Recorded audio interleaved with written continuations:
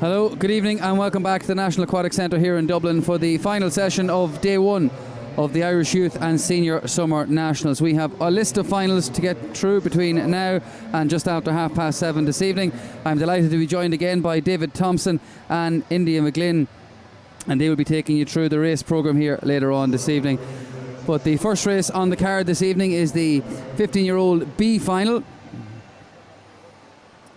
And I might just introduce David at this moment. David, what are you expecting across the evening session? Yeah, thanks, Kieran. Yeah, day one here at the Irish Summer Nationals here in Blanchardstown in Dublin. So swimmers are just getting into the meet here. You know, they're just kind of, day one's always a funny day. Some good swims, some bad swims for a lot of these swimmers before they sort of settle in day 2, 3, 4 and 5 into the competition. So we've got a number of finals here tonight. We've got the women's 200 metre backstroke, men's 400 medley, the female and male 200 metre freestyle, and the female and male 100 metre breaststroke. So we've got B finals and A finals for 15 years and under. We then have B and A finals for the 16 and 17 age group. And then obviously you have the open final, which is 18 and over. So 5 races per event. So we'll have a lot of fast swimming here tonight.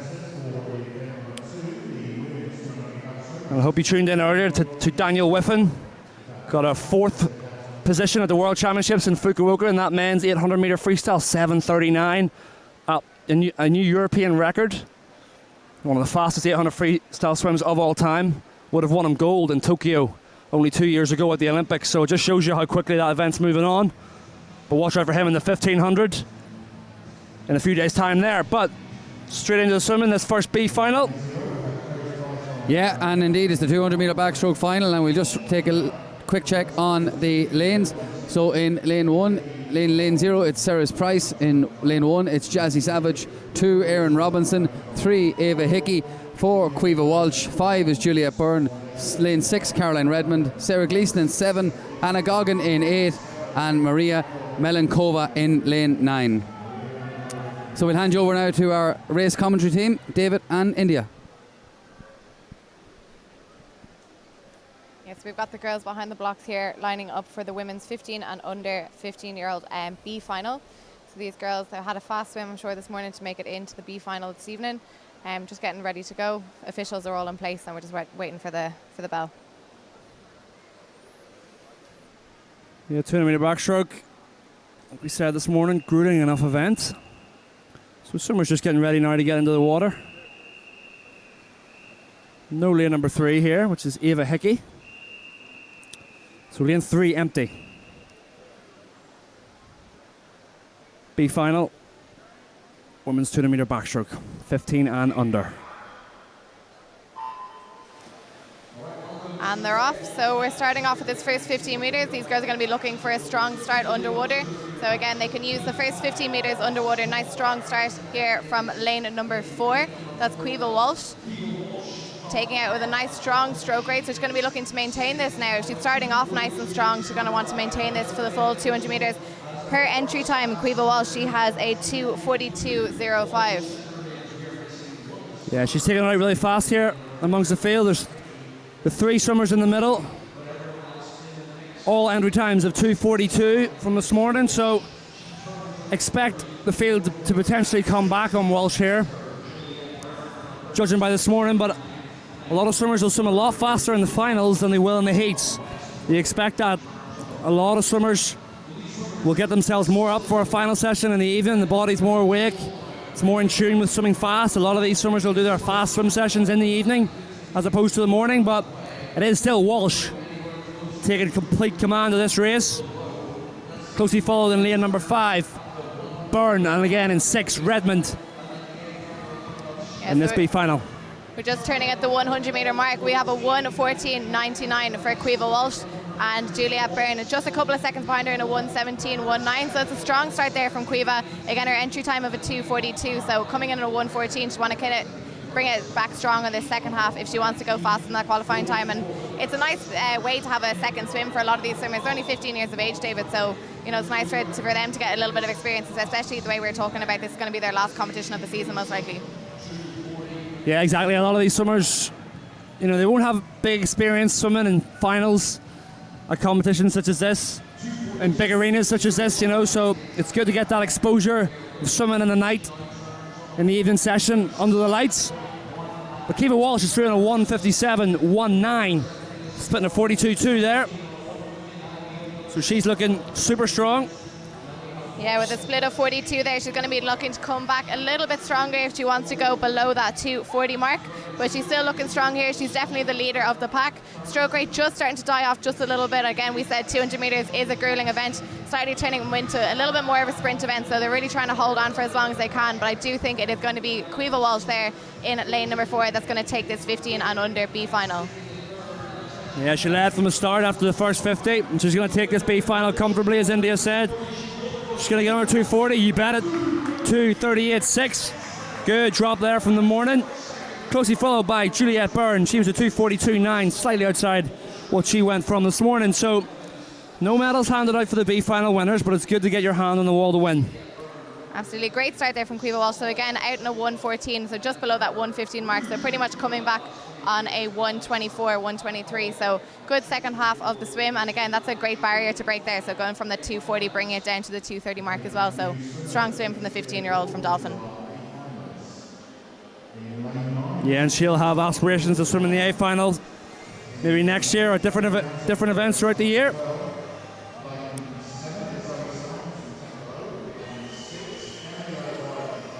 All right, so our next final is the A final coming up here in the National Aquatic Centre. And on this screen is your list of swimmers in lane 0, Sheer for Glynn. Eva Mathis in 1, Ava Rock in 2, Maya Mulholland in 3, Holly McInerney in 4, Shauna Murphy in 5, Emily O'Dwyer in 6, Zoe Steins in lane 7, Carrie Harrington in 8, and Emer Todd in lane 9. Yes, we've got our fastest swimmer here, Holly McInerney. She is from Temple Oak, 15 years of age. She's entered in a 2:28.84 into this A final. So a big drop from that B final that we've just seen. So she's going to be looking to take out this first 100, probably around the 110 mark. She's going to be looking to break down that 2:28 swim that she swam this morning. Yeah, all these swimmers will have, maybe not this age, 15 years of age, very young. They're still maybe not in tune with how they race these events. As you get older, the swimmers will know exactly what they're meant to be. But at this age, as a coach, I would just encourage them just to race and have fun. This is the A final, so the first medals, individual medals at stake here for the 15 years and under women's. So the start's so important here in the 200 metre backstroke. Set yourself up, use the 15 metres underwater, which a lot of swimmers here actually have opted not to do. But during this first 50, it's important to not spin your arms, spin the wheels, keep it in control, keep that head nice and still, and just coast through this first 50 at a strong pace. And then it's that middle 100, 50s 2 and 3, where you've got to really lay down the gauntlet and then hang on for the last 50. So coming into the turn here, looks like it's going to be lane number 5, Shauna Murphy maybe? No, lane number 3, Mia Mulholland of Banbridge in a 33.93. Yeah, it's a close field here. 33.93 there from Mia Mulholland of Banbridge. Really strong. So like you were saying there, David, before, these girls are around 15 years of age, so they probably already have specialised within their stroke. But again, they're probably just coming out and looking to race and probably don't have that much pressure on themselves, so they can really just kind of hop in and swim a fast race this evening without putting too much pressure on themselves. Absolutely, yeah. I mean, they'll still be very fresh and raw as to how to swim these races. So every single time they race under the lights, they'll be learning something. Command of the race, Shauna Murphy, 1:11.46. Just like India said, she would have preferred them to be in that 1:10 mark. This is a tight A final for the first one of this evening's session. Beside her in lanes 4 and 5, McInerney lane number 3, Mulholland of Banbridge. This is going to be close for the win and the first medals tonight. So important to approach this wall fast. Don't decelerate into it, and then pick up the legs towards the end. It's hard to call. Absolutely. It looks like Mia Mulholland's got a strong underwater kick in comparison to the girls in lane 4 and lane 5. She's definitely gaining a little bit of ground on that underwater, but the girls in lane 4 and 5 just seem to be gaining that little bit of ground when it comes to the actual swim part. So be interesting to see now who can take it in strong in this last 50 metres. It does look like lane number 4 might just be pulling away slightly. So that's Holly McInerney, again the fastest qualifier into this event, but it is still a tight race for second and third position. Yeah, exactly. In lane number 4, McInerney of Temple Oak. Really moving now. Look how still her head is. And just powering those legs the whole way through. She was a 2:20.88 this morning. She should go under that. She keeps it up. Maybe just around exactly what she went this morning. Slightly faster. 2:27.89. She takes the gold medal. Just ahead of Mulholland, who takes the silver in a 2:30.02. And Shauna Murphy rounds out the medal contenders with a 2:30.21. Great race there. Yeah, absolutely great race there from the girls. So again, their first 100 split kind of around that 1:11 mark. So they're still able to bring it back strong and around a 1:16 there for Holly McInerney and the Temple Oak swimmer. Again, just 15 years of age, so great for her to go out and get that experience. Really, really strong swim from the girls. Yeah, it's confirmation of results there. McInerney, she'll be happy with that. Irish champion on the women's 200 metre backstroke for 15 years and under. All right, so the next final coming up is the 200 metre backstroke. In lane 0, Holly Robson, Louisa Humphreys in 1, Isla Henry in 2, Roisin Lawless in 3, Maeve O'Rourke from Tuam in 4, Paige Austin Burrows is in 5, Emma Marriage in 6, Michelle O'Shea is in lane 7, Jenna McArdle in lane 8, and Olivia Curry in lane 9.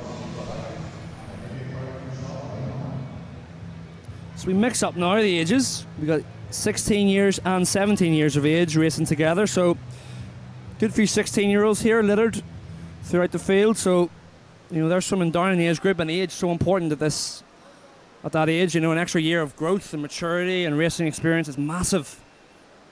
So, all of these 16-year-old swimmers will be looking at it like a bonus to be swimming in the finals tonight. But this is the B final. No medals at stake here. Just PBs on offer. Absolutely, like you said, David, there's only 4 seconds separating the entire field here within this B final of the 16 to 17-year-old women's 200 metre backstroke. So again, could be anyone's race. We did see some fast swims there in the 15 and under B final as well. Some people coming kind of from outside lanes and really posting some good times. So be interesting to see how these girls take it out. But like you said, nice to see some 16-year-olds spread amongst the 17-year-olds as well, because those 17-year-olds do have that extra little bit of experience, extra little bit of growth, and extra bit of strength. I'm sure you've noticed a bit of a difference going from 16 years to 17 years in swimming, David. Yeah, of course, you know, size so important, height so important, especially on backstroke. You don't get too many short quality backstrokers. So calling this one, it is Louisa Humphreys turning first just in a 33.2. So just like India said, it's tight. There's only 4 or 5 seconds, India, I think you said, separating this one. So expect the field to always in finals events to sort of lengthen out a bit, as swimmers will attack the final more than they will the heat. But it's tough to call. They're all littered, and 6 has got a chance, 4 has got a chance, lane 2 and 1 got a chance. So looks like lane number 4, O'Rourke gonna take it. No, lane number 1, Humphreys, and a 1:11.5. Yeah, so similar split there to our previous EVA final, the 15 and under. That was a 1:11.46 as well. So hopefully we will see a couple of swimmers breaking that 2/3 barrier here in the 16 to 17-year-old 200 metre backstroke as well. But you can kind of see who's the most comfortable here, David, within the field. It's those that are keeping their head still keeping that stroke rate nice and strong coming down this third 50. So, but I think with the field being so close, it is going to be down to this last 50 and who can pick up that stroke rate. Yeah, the third 50 key on any 200 metre event. Doesn't matter if it's backstroke, breaststroke, butterfly or freestyle. Key to not slow up, and it is still lane number 1. It is Louisa Humphreys. It hasn't came up on your board, but it is Louisa Humphreys who still leads, and the pack in the middle wants a bit of the action. 4, 5 and 6, O'Rourke, Austin Burrows and Marriage coming through. Watch out for the Lisbon swimmer in lane number 2. That's Henry. This is so close to call. Yeah, so at the minute, great shot there, India. Absolutely. Again, none of these girls breaking the 2:30 barrier in their heat swim, but I think we'll see a few of them maybe just dipping below that 2:30 barrier here in the final. But it does look like maybe lane number 2 or lane number 5. They have it here. Lane number 5, I think, just taking the touch. Oh, it's not. It is lane number 2. Isla Henry taking in at 2:30.85, but only 9/100ths of a second separating her and second place. That's Paige Austin Burrows in a 2:30.94. All right, what a final that was. Nothing in it at all. Isla Henry just shading it from Paige Austin Burrows. 2:30.85 against 2:30.94, so incredibly close. And as India said, coming into that, only 4 seconds separating the whole field before it. So great conclusion to the B final here in the National Aquatic Centre. So the full list of results just on your screen at present, and we're going to have the A final just after this. 200 metre backstroke. The swimmers just making their way onto the platform here at present. So here is the lineup for the A final. It's Slavina Ricca in lane 0, Maeve McLean in lane 1, Abigail Minto in 2, Eva Bailey in 3, Aoife Doran in 4, Antonia Sech in 5, Leah Bailey in 6, Katie Kelly in 7, Brianna Chamberlain in lane 8, and Izzy McGrath in lane 9.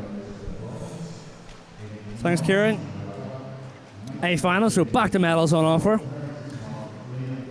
Aoife Doran in lane number 4 has got a 3-second advantage in the field here from the prelims, so she'll be going in as the heavy favourite, the bookies' favourite. But the rest of the field want to chase her. You know, the medals are not one in the morning, they're one in the evening, so. Absolutely. Aoife had a fantastic swim though this morning. I'm fairly sure she broke her PB by I think around 3 or 4 seconds in this morning's swim, so she clearly is on form coming into this competition. I think yeah, we'll see a strong swim from the 17-year-old there, but just like we've seen in previous heats, you know, if you have a lane, you have a chance. I think that's what my coach used to say to me all the time, so you don't know who's going to take it here in this A final. Now, of course, you've got a lane, you've most definitely got a chance. So the penultimate women's 200 metre backstroke of this evening session, day 1, Irish Summer National Championships. 16, 17 years of age. And we're away. First time. Loving the underwaters there of lane number 3, actually. But I'd love those swimmers to stay under a wee bit longer and use that underwater kick. As India said, you're allowed 15 metres under the water. You've got to use it on backstroke.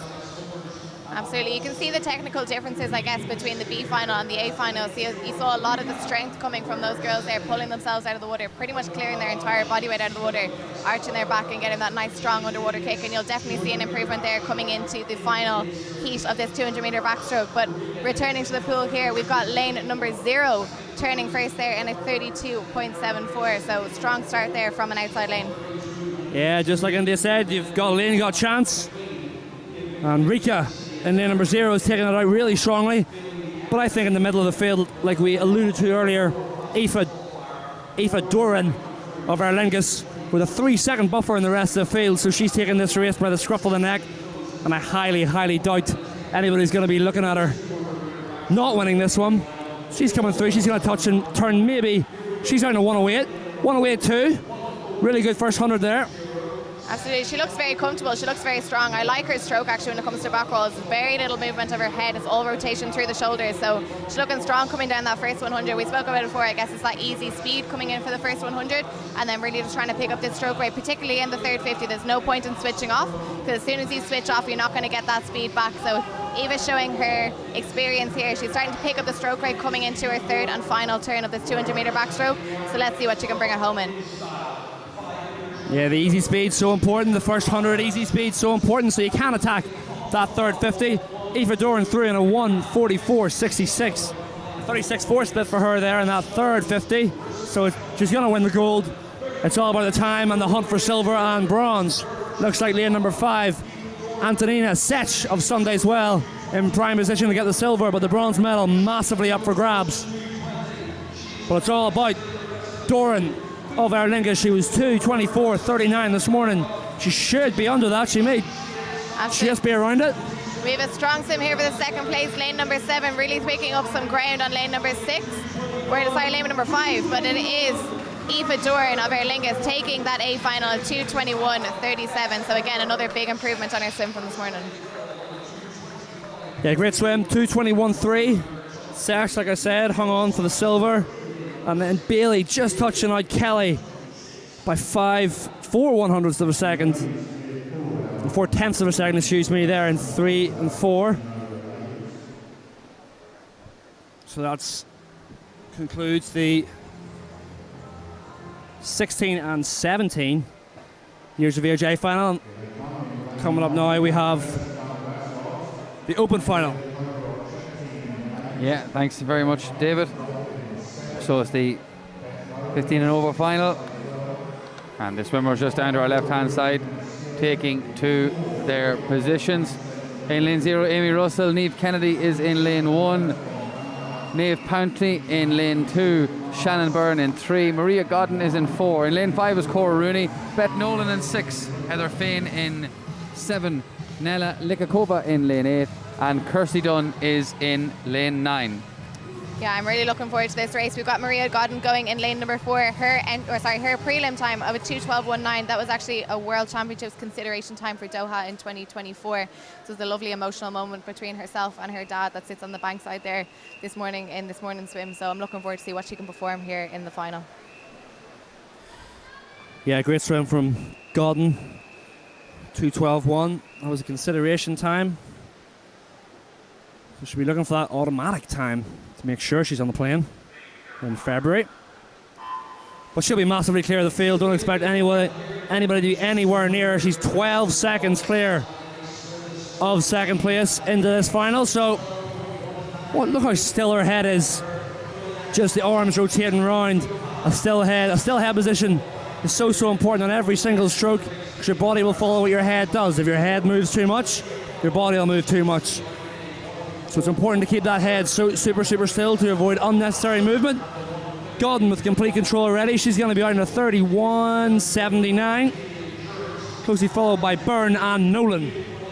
Absolutely. Again, I love watching Maria Godden swim. She's pretty much like a textbook backstroker. Her head is quite far back in the water. Her arms are completely straight when she's doing that back roll stroke. She's got a really strong initial catch on her back roll. You can see that from the distances she's getting on every single stroke.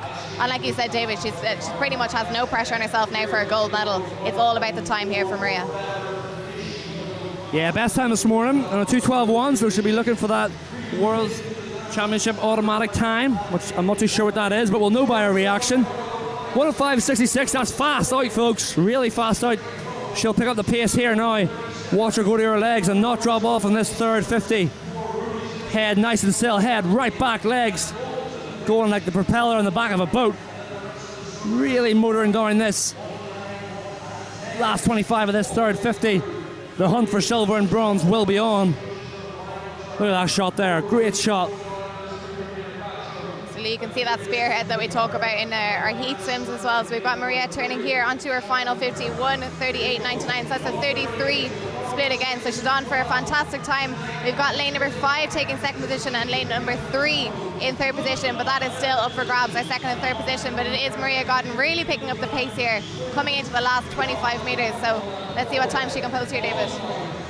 Yeah, I think she needs to get a move on. To be right down around now. She's absolutely flying. Her rate is through the roof. The hunt is on for that time. Maria Godden, women's 200-metre backstroke champion, no doubt. What about the time? 2:12.42, just outside what she went this morning. But still a fantastic swim for Maria Godden, coming in for the silver. Comfortable. Cora Rooney in a 2:22.69, and Shannon Byrne gets the bronze medal in a 2:23.5.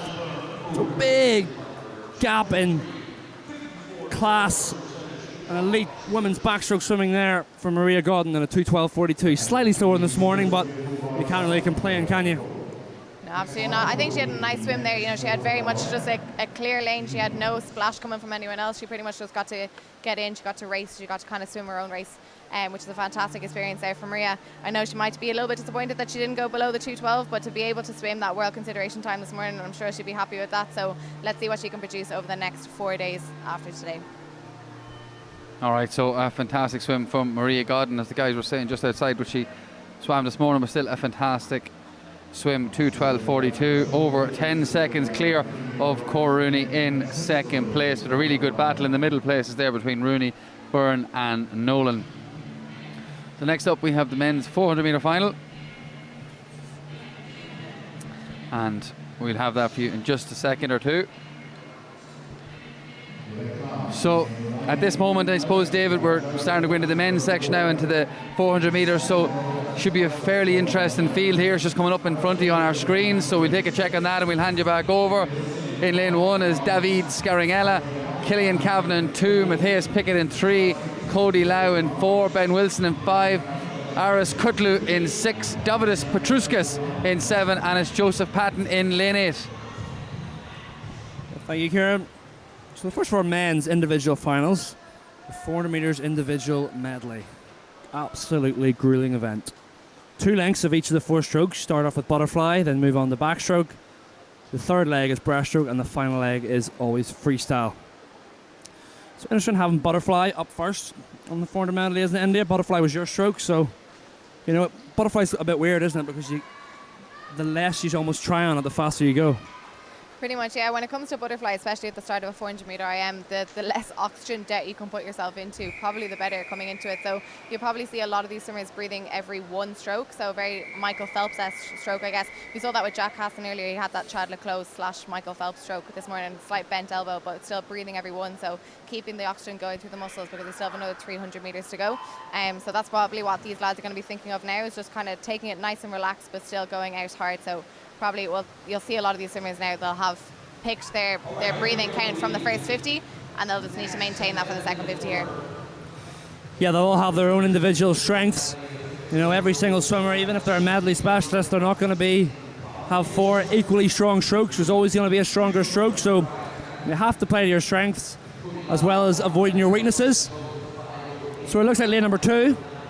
Yeah, it's Killian Kavanagh, 30.47. So this fly, like India mentioned, it's just about setting up the stroke, staying nice and loose, staying nice and long. What you don't want is to expend too much energy, and then you get that 100 metre wall, and you finish your butterfly leg, and you've expended too much energy, and you've got 300 metres to swim, and you'll just die off. So you need to keep it really, really smooth. Absolutely. What's great about the fly event is that some of these swimmers will actually specialise on fly, so not that it'll be an easy leg for them, but they'll find it quite comfortable. But with fly as well, seeing as you're able to breathe to the front, you can use that technique of swimming off the person beside you as well, and trying to maintain that little bit of energy. So it's nice, I guess, for some of these swimmers to have it as that first leg, so they can try and just swim off the person beside them, and then really get into maybe some of the other strokes that they specialise in. So we're turning onto the back roll leg now. So I don't know about yourself, David, but when I saw my 400 metre IM, back roll was actually probably my worst leg, so it was probably something I needed to work on a little bit more. But we spoke about before that the breaststroke leg was probably the most dominant leg, but back roll will probably be just as similar. If they don't have a strong fly leg and their back roll isn't as tough as well, they're going to be falling way behind. Yeah, absolutely. I never actually swam the 400 medley, so I can only comment from watching. I imagine it must be hard. But yeah, the backstroke and breaststroke so key. Because it's a tendency always to switch off on that part of the race, because you can almost hide a bit on that backstroke. A lot of people focus on the fly leg, the breaststroke leg, and even the freestyle leg can be important, but the backstroke leg is the one that's always overlooked on medley, but so important to keep that rate up and almost keep that momentum going. So lane number 2, still it is Kavanagh having a super swim. He's going to touch first at halfway. Absolutely. I don't know what it was about me swimming on my back, but I usually lost concentration looking up at the ceiling, so I'm sure these lads definitely a little bit more experience when it comes to that 400 IM. And like you said, lane number 2, really strong back roll leg there, so let's see how he can maintain that field if he can on this breaststroke leg as well. But we're going to see a variety of different strokes here from breaststroke. We spoke about it before, breaststroke is definitely more of a leg dominant stroke, even though it looks like it's very front heavy as well. So we'll see which of these lads has been working, trying to get that hip drive, trying to stay nice and level with the water here as well. Yeah, if you've got a poor breaststroke, you will be so massively exposed at a 400 medley. Because not only are you doing 2 lengths of breaststroke, it's going to take some of these swimmers maybe a minute 20 to do. You're doing it after doing 200 metres of racing. So if you're not technically good or not technically efficient, it will show. So look, you can see lane number 3, Matthias Pickett of Ards, really strong breaststroke leg. What I'd like him to streamline a little bit more If you look at our leader there in the blue hat, you see as his hands come through. That's a great shot there again. I'm nice and high, getting the head right down between the arms, but you've got to have those arms tight as you come through. Yeah, but breaststroke will separate the boys from the men here. Yeah, as you can see again, great shot there from the front. You can see how much resistance actually hits you on the breaststroke leg as well. So you really do need to have that nice strong undulation that we spoke about before. And it does seem like it's a little bit of a neck and neck race here coming into the final 100 metres. So between lane number 3, Matthias Pickett, and lane number 5 as well. So that is Ben Wilson of Ard. So turning on to the last 100 metres, it's neck and neck between those two lads, only half a second separating them. Yeah, you can't split them. The Ard swimmers, training partners, coached by Curtis Coulter. Ben Wilson's came on leaps and bounds recently in the last couple of months. So they're completely battling it out. Two very different body shapes. Matthias, very, very tall young man. Ben Wilson slightly shorter, but Ben Wilson's got a lovely stroke. Look at that length. For a short guy, he's got a great leg kick and a really nice long stroke. So he's going to touch first with 50 to go and a 4:28.6. Pickett can't live with him. It's going to be a great last 50 here. Absolutely. I think lane number 5 there has a slight advantage because he's actually turning towards his teammate, turning towards his competitor coming down this last 50, so he's able to see where he is in the field. Great to have the two teammates racing one by one. They know exactly what their tactics are when it comes to this 400 metre IM, but lane number 5 seems to be dominating this field. That is Ben Wilson of Ard. His entry time here coming into this race was a 5:09.36, easily breaking that in a 5:01.06. Yeah, Ben Wilson takes the win, 5:01.0. Pickett with the silver and a 5:02.0, so about a second separating them. PBs for both of them. Coach Curtis Coulter will be very happy, and the goal for them now is to get under that 5-minute barrier. You know, Ben Wilson took 2 breaths there in the last 5 metres. 2 breaths in the last 5 minutes. Keep your head down, Ben. All right. So really, really strong swimming there from the Ard swimmers. Coach Coulter will be happy. All right, so 1-2 there for Ards, Ben Wilson and Matthias Pickett. Good result for the Ards club in the 400 metre individual medley final. So coming up next, we have the 15-year-olds.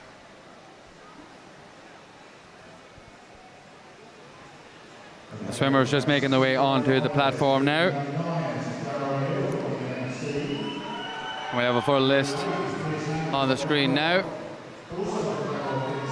Our next final here this evening. So from the Trident Club in lane 0, it's Conor Langan. Lane 1, Cormac Farron. 2, Ricky Fane. 3, Kai Conley. In lane 4, it's Dominic Hilton. Dara Horgan is in lane 5. Thomas Price in lane 6. Alex Barrett is in lane 7. Pierce Hanley goes in lane 8. And Dara O'Neill is in lane 9. So on to the 16-year-old final. The men doing it slightly differently.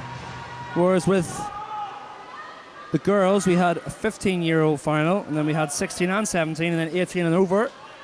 The men look like they're going 15 on their own, 16 year on their own, and then 17, 18 together, and then it's a 19 and over final. So they jump a year for the men. But this is the 16-year-old A final, men's 400 meters individual medley.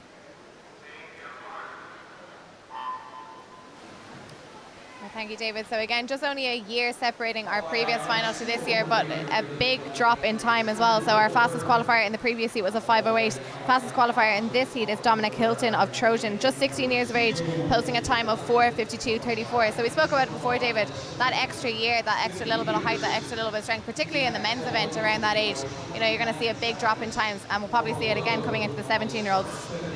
Yeah, you do massively, and lane 0's having a bit of fun. Conor Lanigan taking it out really strong. Look how big his rate is. Bottom of your screen, just above the times you can see there. So he's taking that out really, really quickly. So it's going to be interesting to see if he can hang on. The middle lane number 4, has a lovely fly stroke. Dominic Hilton, just so much energy, getting the head right out of the water and just lovely long loping stroke. So, but still got 6 lengths to go, so a lot of time to go in this men's 400 meters individual medley.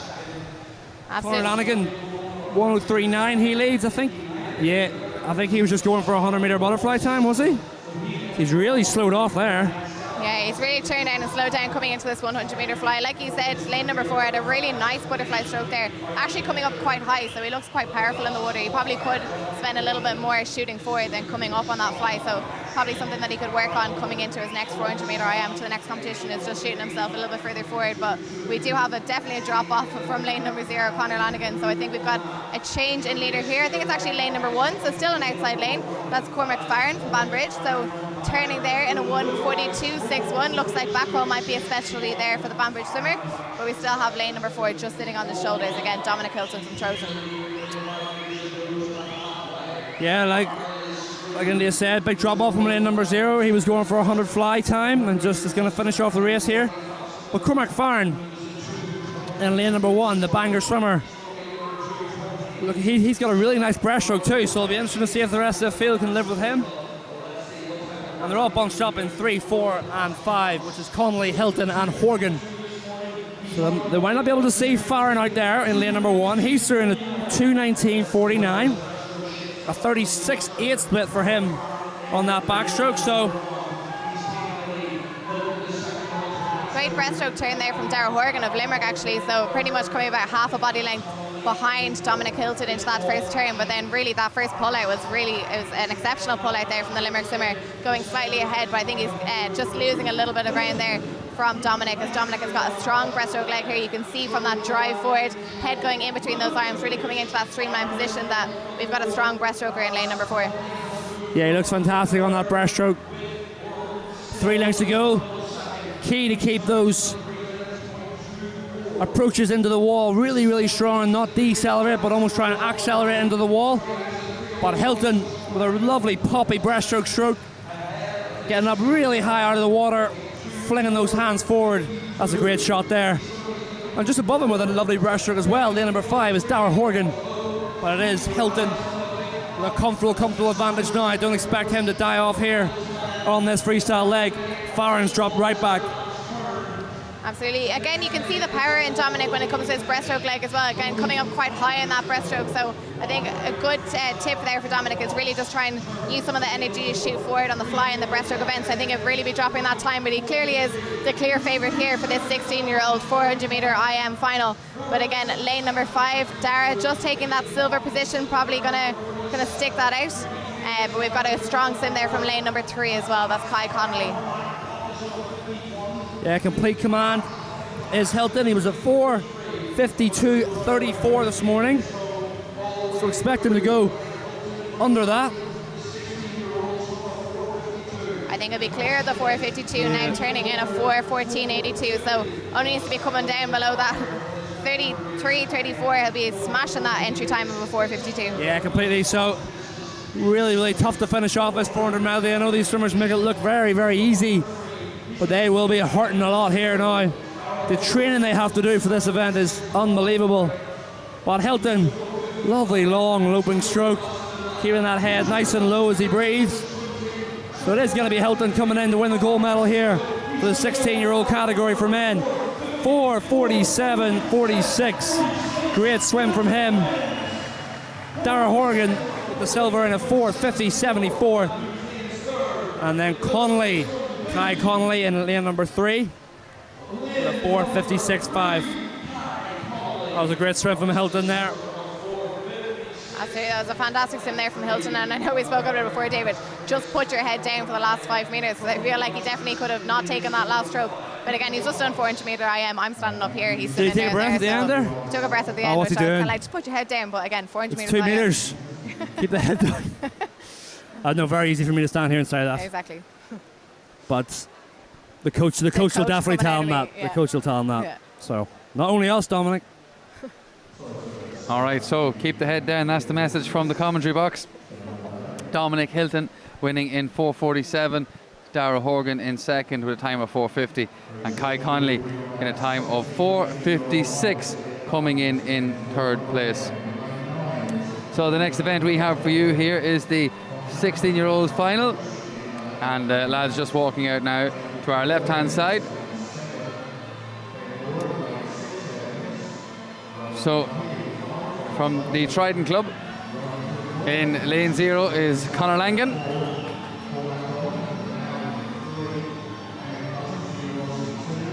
Our apologies, the screen has changed. In lane 0, Éanna Garvey. In 1 is Dominic French. 2, Emmett Cousins. 3, Cormac Donnellan. 4 is Ronan Kilcoyne. In lane 5, Ronan Fahy. Ben Moran is in 6. David Coyle in 7. Alexander Pushka is in lane 8. And Ben Merrigan is in lane 9. So 400 metres individual medley. Thank you, Kieran, for calling through the names. Big dropping time again. We've got a fastest qualifier is in a 4:39, which is Kilcoyne, National Centre Limerick. Yeah, Kilcoyne really looks like he's ready to go, pumping his chest there before he dives in for this 400 metre IM. So it looks like he's ready for a strong race here. Again, he is our fastest qualifier in a 4:39.34. So the only swimmer in this field to break the 4:40 mark. Again, taking it out nice and strong in this fly. Interesting to see someone actually keep their head down for two strokes per breath on the 100 metre fly. So that must be a strong leg for him, David.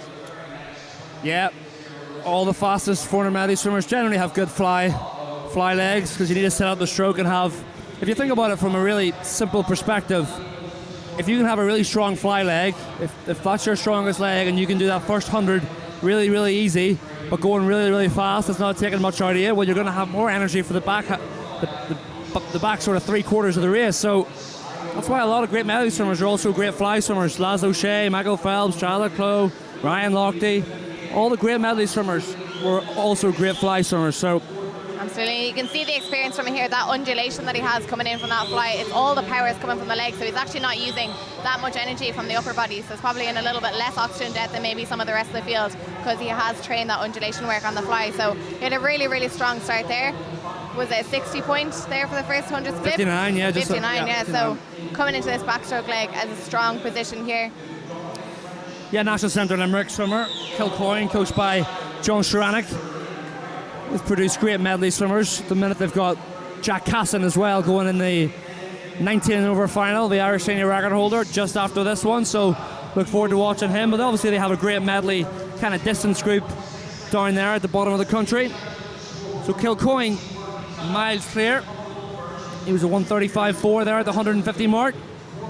Yeah, we've got Cormac Donnellan coming in, taking that second position in lane number 3, and Ronan Fahy, a Trojan, in lane number 5, just slightly behind in that third position as well. So definitely lane number 3 catching a little bit of ground on Kilcoyne on this 100 metre back roll leg. He's got a very steady head, so he's gaining a lot of strength per stroke. So it's going to be on this breaststroke leg that we'll see who's going to take the lead. Yeah, and Donnellan in lane number 3 had a great swim. Sorry, great backstroke leg as well there. So he's not giving this up just yet. The breaststroke leg, so important. I'll say it again. You've got to have a decent breaststroke leg to be able to win medals here in the 400 metres individual medley. The freestyle will generally take care of itself. None of these swimmers will have a really bad freestyle, but you're more likely to have a really bad breaststroke. So, because you practice it far less, you'll do all your warm-ups freestyle, your aerobic sets freestyle. You know, even breaststrokers will do that. So, whereas if you're not a breaststroker, you don't do a lot of breaststroke, you will suffer. But it looks like Kilcoyne's got a lovely breaststroke. 2:49.8. He's bridged the gap again. Absolutely, he has got a lovely breaststroke. You can see he's got quite long limbs, so his stroke is actually, his sweep on his breaststroke is quite wide, so he's gaining a lot of distance per stroke. But he did start to notice that breaststroke has kind of turned into a lot of kind of elbow drive into the body, so it's a lot shorter recently. That breaststroke has kind of made it a little bit of a shorter stroke, but Kilcoyne going for that massive sweep, and he might as well use those long limbs to his advantage here. But he's definitely cleared the field, probably about 3 body lengths ahead coming into this final 100 metres. Yeah, absolutely astounding breaststroke hit leg here from Kilcoyne. He's going to be swimming freestyle far earlier than everybody else. 3:29 at the 300 mark. He was a 4:39 this morning. Like India said, he was the only swimmer to dip under 4:40, so he'll be looking to dip under that even more and begin the quest to get down under 4:30. So he's so far ahead of the field now, folks. Look at that. Almost 20 odd metres, 15 metres ahead of everyone. Absolutely, only needs about a 109 or a 110 here on this 100 metre freestyle leg to break that heat swim that he did this morning. Again, he went on a 4:39.34, and with that first split of a 32.82, I think it's going to be dropping well below that time here for this final swim. Yeah, expect this back 50 to be potentially as fast as 50 of the whole medley. A lot of these guys are extremely fit and they're able to come back super strong. That's a great shot there. Look at the legs right behind him, really motoring through. So he's going to be under 430, no doubt about that. The question, or under 440, excuse me. The question is, how far under will he be? Kilcoyne, complete command of the race, head down. 4:34.08. That's a fantastic swim. Well under that 440 mark. And then silver medal, Dublin, 441, and Fahy in a 4:43.0. Next, the bronze medal. What a swim from Ronan Kilcoyne, 4:34.08. Cormac Donlan in second with a really good swim at 4:41, and Ronan Fahy at 4:43 takes the bronze medal. Great support here for Éanna Garvey, who was in lane 0. And really good start to this evening's finals. So, full results on the screen there in front of you now, as we're heading into the women's 15-year-old B final, the 200-meter freestyle. Sorry, I beg your pardon. It's 19 over finals first. We have a field of 4 in this one.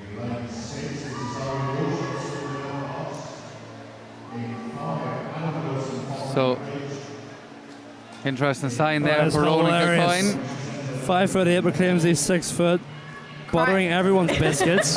Note cannot. Oh, come on, go back to that. All right, okay. Buttering So everyone's going biscuits. Go back to that, cameraman, soon. Next final here in lane 3, we have Dano Sheboyan. In 4 is Jack Casson. Adam Wilson is in lane 5, and Owen Walsh in lane 6. And David, I know you were very impressed with Casson and tipped him earlier on, and I assume you're doing the exact same here. Yeah, nobody will touch him here. He's the Irish senior record holder in a 4:22, so we're unsure what kind of shape he's in at the minute. He may be resting more for the European under-23s in a couple of weeks' time. But still expect him to be a lot faster. Only 4 in this field here. Casson, a phenomenal fly swimmer as well, so watch him get out super strong. Yeah, like you said, David, Jack's probably just going to see what kind of form he's on here. I'm sure he's probably tapering down for the under-23s, which are coming up in the NIC in a couple of weeks' time. But again, any young swimmers watching this, really watch Jack's 100-meter butterfly. He's a phenomenal 100-meter butterfly swimmer, and we spoke about it before. He's got very much like a Chad Leclos swimming style when it comes to that fly as well. But he literally eats up the water in every single stroke. I think he's only taking about 14 to 15 strokes to get down that first 50 metres, which is an absolutely incredible distance per stroke. Yeah, out in 26.8. That's really commanding first 50 from Casson. So he will control this whole race, folks. So the battle will be for silver and bronze. Expect Adam Wilson just above him to get the silver. He's about 5 seconds clear of third place. So men's 400 metres individual medley really dominated for years and years by Michael Phelps. And I don't know if you've been watching the World Championships, but Michael Phelps, his world record of 4:03.8 way back in Beijing 2008, which seemed unbreakable for so many years, was broken by a French swimmer called Leon Marchand. He went 4:02.5, so he broke it by 1.3 seconds, which a world record that was seemingly unbreakable. You know, he smashed it by over a second, so it just shows you that records are there to be broken. I talked about the importance of the breaststroke split. When Michael Phelps swam that race way back in 2008, he had a 1:10 split on his breaststroke into it, and Leon Marchand a few days ago had a 1:07 split. So it just shows you that the breaststroke leg's so important. Absolutely, yeah. Like a lot of these swimmers, they'll all have their specialties, but we have noticed that the breaststroke leg definitely does seem to dominate the field, and we've got Jack clearly taking it out very strong in the first 100-meter fly, but he holds it on strong for the 100-meter back roll as well. He definitely does like to swim off the lane rope, Jack. So starting out, going down on the right-hand side and tilting to that right-hand side, coming back on this second 50, but looking strong as he comes into this breaststroke leg as well. And we've seen Jack dabble in a couple of breaststroke events as well, so we know that he is a strong enough swimmer there. Yeah, through in 2:07.85. Breaststroke leg going to be the key here. It's going to be all about time for him. How close can he get down to that Irish senior record that he holds? Real lovely jerky stroke. Seeing that breaststroke, his hands come back really powerful, then he throws them through really fast. when you watch out for breaststrokers, look at how their body jerks forward when all their hands go when their hands go forward. If their whole body jerks forward in like a tight motion, they're generally a good breaststroker. Absolutely, we spoke about it before. Probably the more experienced breaststrokers that you'll see less up and down movement, and you'll see a lot more forward movement. So their hips staying close to the surface of the water here. And again, you can see that with Jack. You know that he has a strong undulation when it comes to that fly. Pretty much all of his power comes from the back of his legs, so he's got that strength in his legs coming into this breaststroke event as well. So as long as he can use that undulation and just keep the stroke nice and long, I think it's going to be flying through this last 100 metres. Yeah, some great shots here by our camera team at the NAC. Of the strokes right up above, seeing exactly the precision and power of a lot of these swimmers.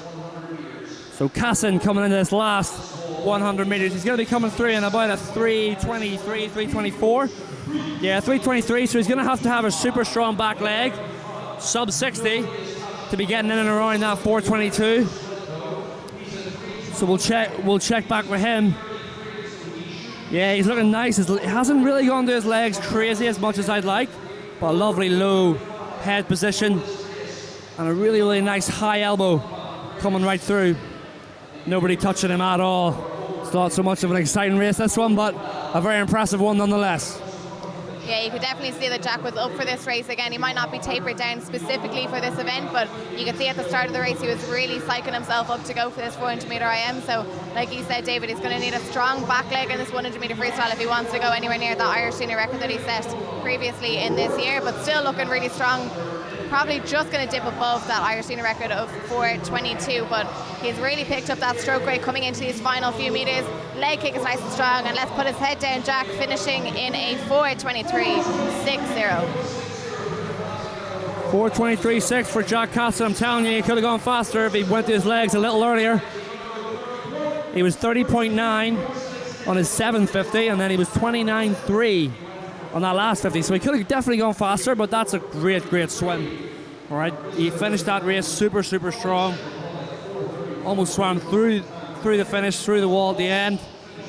So that's a real elite swim. 4:23.6 for him. Adam Wilson with the silver medal in a 4:33.6, just ahead of Chobanian, I think, in a 4:34.6. Gets the bronze medal. Our final swimmer just finishing there, Owen Walsh, 5:04.81. But again, that concludes our 400 metre IM for men. All right, so fantastic swim from Jack Cassin there in the medley final, a 4:23 time.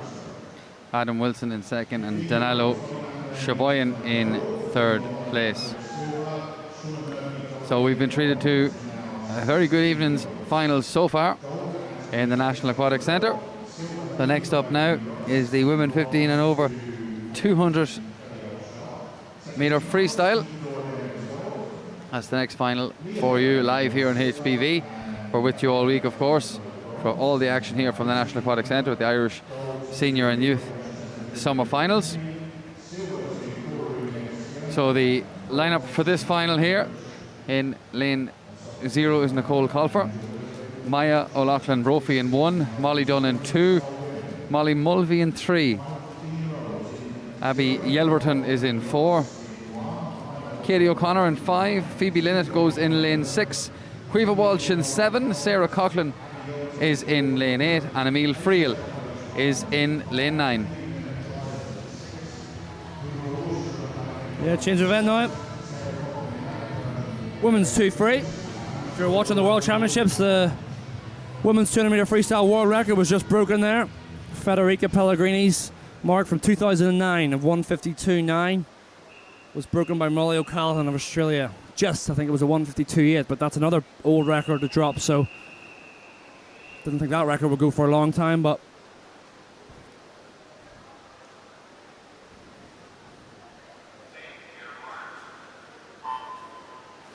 so world swimming really moving on in all events.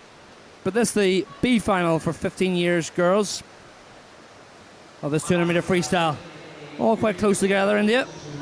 Yeah, absolutely. Our fastest qualifier into this event is Abby from Limerick, the 2:20.80. So a lot of these swimmers are going to be, again, looking to break that kind of initial barrier when it comes to the 200 metre freestyle for competitive swimming, which is breaking down into that teens. So they're going to be looking to be able to go around a 106, 107 for that first 100 metres. And we're going out strong with Molly Mulver of Trident in a 31.26. And we spoke about it before, David, it is kind of transitioning, well, it has transitioned from more of a mid-distance event to a sprint event now. So a lot of these girls probably focusing on pace training, making sure each 50 is pretty much just as fast as the previous as well, and really just not switching off of that third 50 as they come down.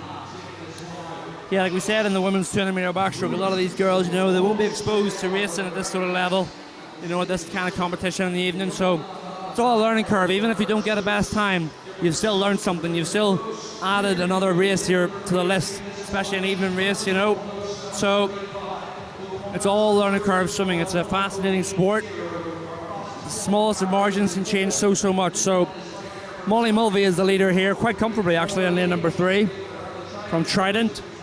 Kind of a straight arm stroke with that right arm. You can see it flinging over to the side. Not opting for the more traditional bent elbow, high elbow stroke. So it's working for her though. Absolutely, turning in a 107.35, and she is still looking strong coming down this third 50. So again, just not switching off, not trying to slow down that speed at all, because it's very, very difficult to try and gain it back. And she is still in first there, 1:43.94. So her split time of a 36.59. So let's see if she can really hammer down with this kick and maybe introduce a second straight arm. That usually starts to pick some swimmers up when it comes into this last 50 as well. Absolutely. Going to be a tight finish here in this first 200 metre freestyle race. Lane number 4, that's Yelverton of Limerick, is coming a storm in the last 50, and she's coming right the way through and over the top of Mulvey, and she's going to take this one. She was a 2:20.8 this morning. She might just get under. Yeah, 2:19 here, one dipped under that 2:20 barrier. She'll be delighted with that. Molly Mulvey taking that second position in a 2:20.82. And then we've got Phoebe Linnett of Trident as well, taking a 2:21.21 for that third position in the B final of our 15 years and under 200 metre freestyle. All right, thanks guys. So really good swim there from Abby Yelverton, just getting inside the time she swam earlier on this morning. Molly Mulvey in second and Phoebe Linnett coming in third. So really good race there. Next we're going to have the A final in the same event, and the girls just making their way on to the stage now. So expecting some really cracking entertainment here. Fastest time coming into this one was 2:12. Let's take a check on the swimmers. It's Sophie Jess from Banbridge in lane 0, Emile Edgar from Lisburn in 1, Sophia O'Neill in 2, Jessica Purcell is in lane 3, the Aer Lingus swimmer, Ava Rock in 4, Holly McInerney in 5, Eva Hand is in 6, Sive Gibson in 7, Alicia Dempsey is in lane 8, and Grace Quinn in lane 9. Yeah, so again, we have got a faster heat here for the 15-year-old A final. So again, still 15 years of age, all of these girls. Ava Rock from New Ross taking the fastest position in lane number 4, 2:12.34.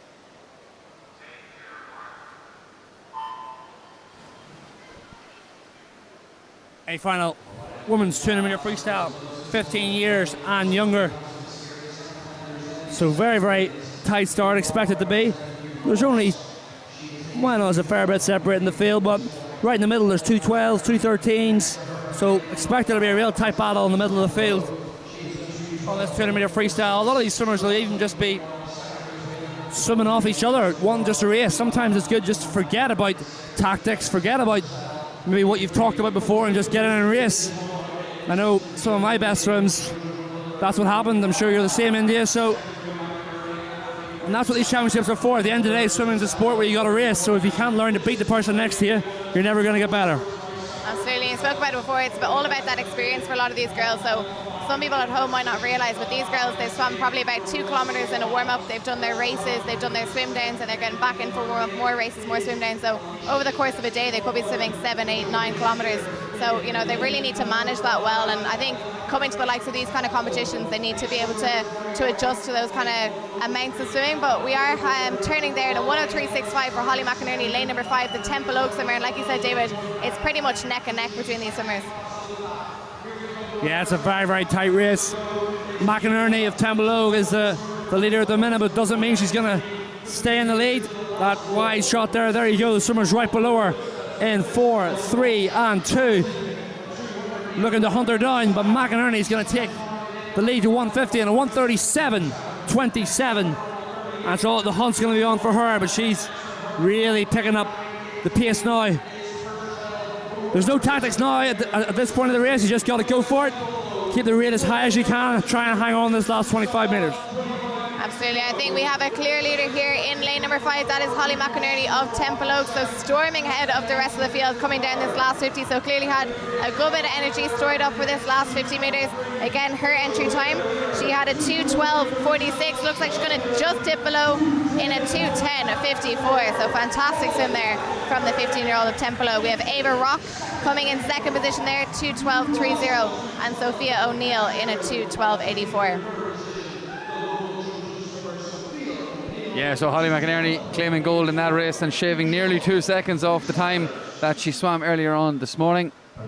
Ava Rock in second, and Trojan Sophia O'Neill will claim the bronze. So there is a full list and confirmation of the times on your screen.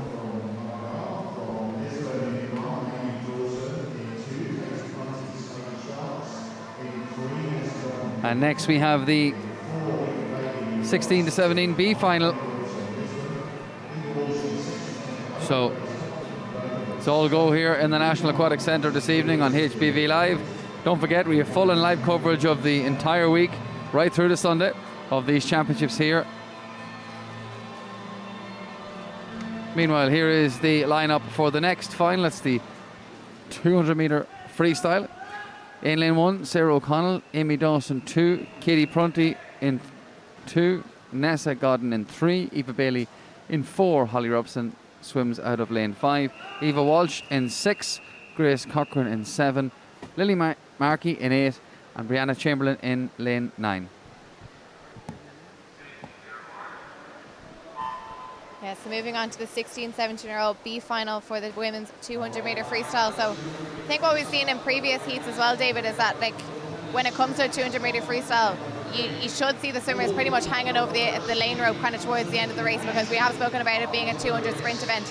And I think a lot of maybe less experienced swimmers don't know when to really push in a 200 metres, so you know they might reserve a little bit too much energy coming into that last 50, and maybe they're not actually succeeding the times that they're really capable of. But we might start to see that kind of as we come into the more experienced heats here. Yeah, absolutely. It's not only about fitness, you know, and being fast and being good, it's about knowing how to race these races, you know. So it's all well and good and trying to compare it to another sport. If you can hit a good drive in golf, but if you can't play iron shots or putt, well, it doesn't matter. So it's all about putting it together, and a big part of swimming is knowing how to race a race and knowing how to race your own race.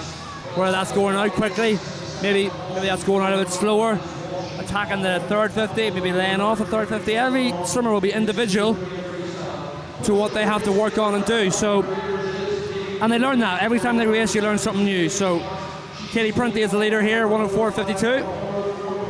Yeah, Katie Prunty taking it strong there, but we also have Nessa Godden from Kilkenny just hanging off her shoulder here. Nice to have her swimming right beside.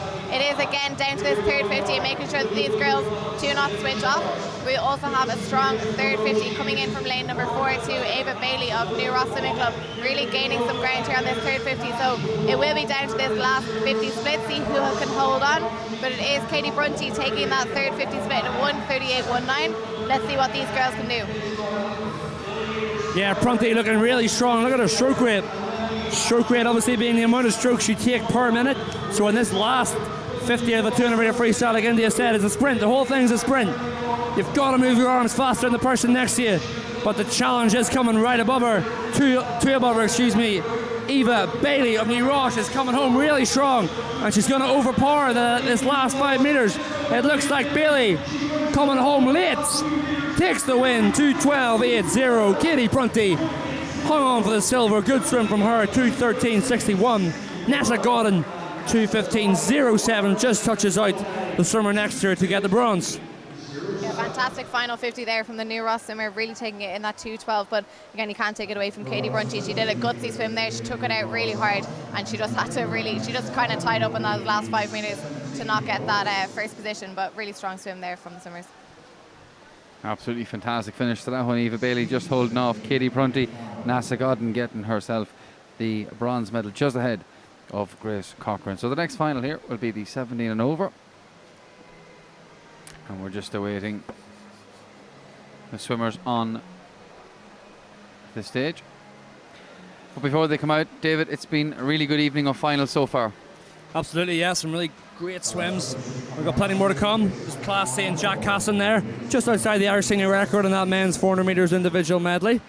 And Maria Godden as well. It was a great swim in that 200 metre backstroke. Couldn't quite back up what she went this morning, but she got the job done this morning. And sometimes that's all that matters, get the job done. Yeah, early doors, so there's not so much pressure on the evening, you know. Yeah, absolutely. All right, well, in this next final, we have Leah Bailey in lane 0, Molly O'Brick in 1, Olivia Miskelly in 2, Leanna Ledan in 3, Clara Doherty in lane 4, Rebecca Friel swims out of lane 5 with Quiva Doyle in 6, Megan Jones is in 7, Alice Legawood in lane 8, and Jessica Robson is swimming from lane 9.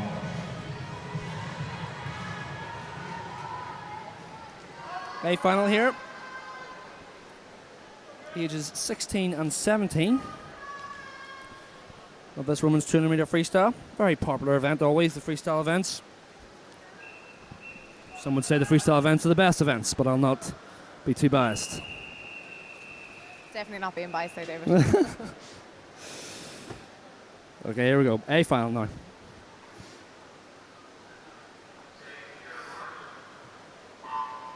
Referee held them a wee bit longer than before.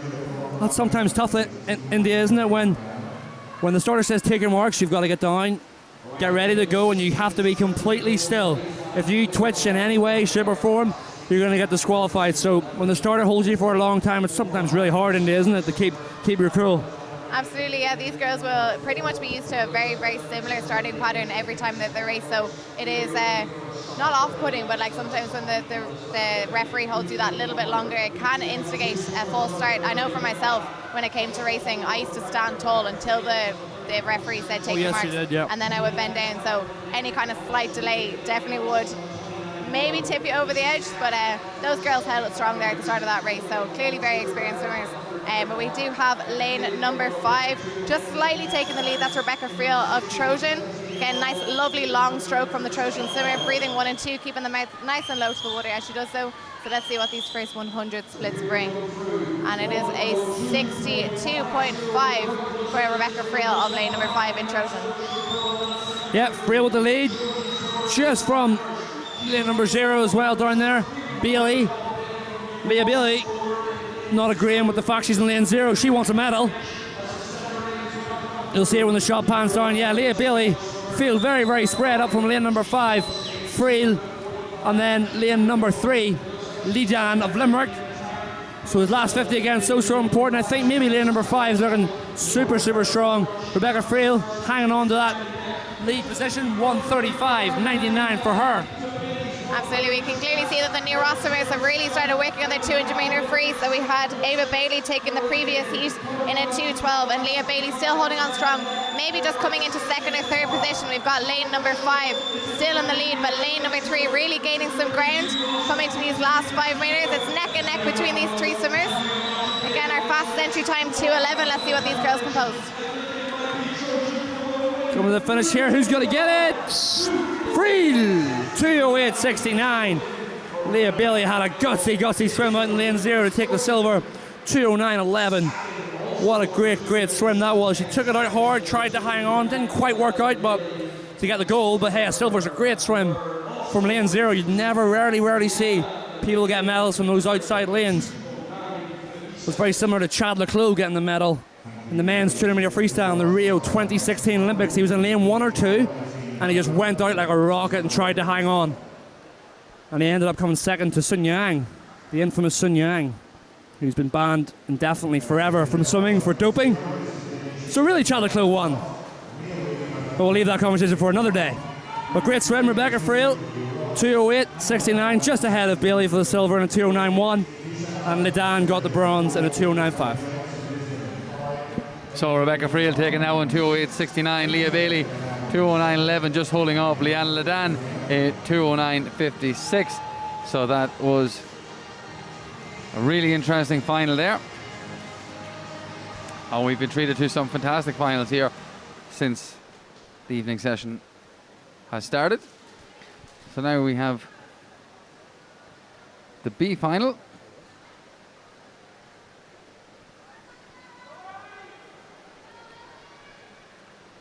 So Asgard's Lily Sheehy in lane 0. ESB's Maya Whelan O'Connor will go from lane 1. Ruth Kelly in 2. Hannah O'Connor in lane 3. Nisha Allen in 4. Tony Jemison in 5. Ellie Falls in lane 6. Hazel Bentley 7. And Amy Russell in lane 8.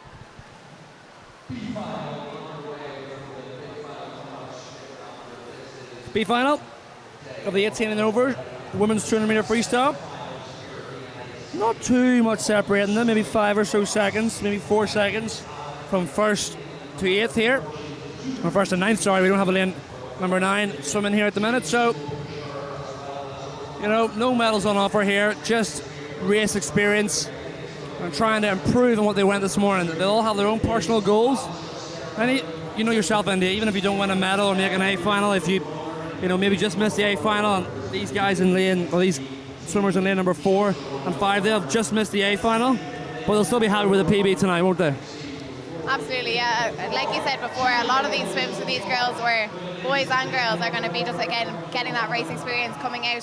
Sometimes it's not about getting the medal, sometimes it's just about beating the clock, and the clock is their main competitor when it comes to a lot of these competitions. And like we said before, it is a 5-day event, it's a grueling event, so sometimes you can't always expect your best from these swims, but from the likes of, I know a couple of these swimmers in this race, some of them are coming out of the leaving cert, some of them are coming out of illness, so even just being able to get back in and race after maybe some small setbacks is actually a big win for a lot of these swimmers as well.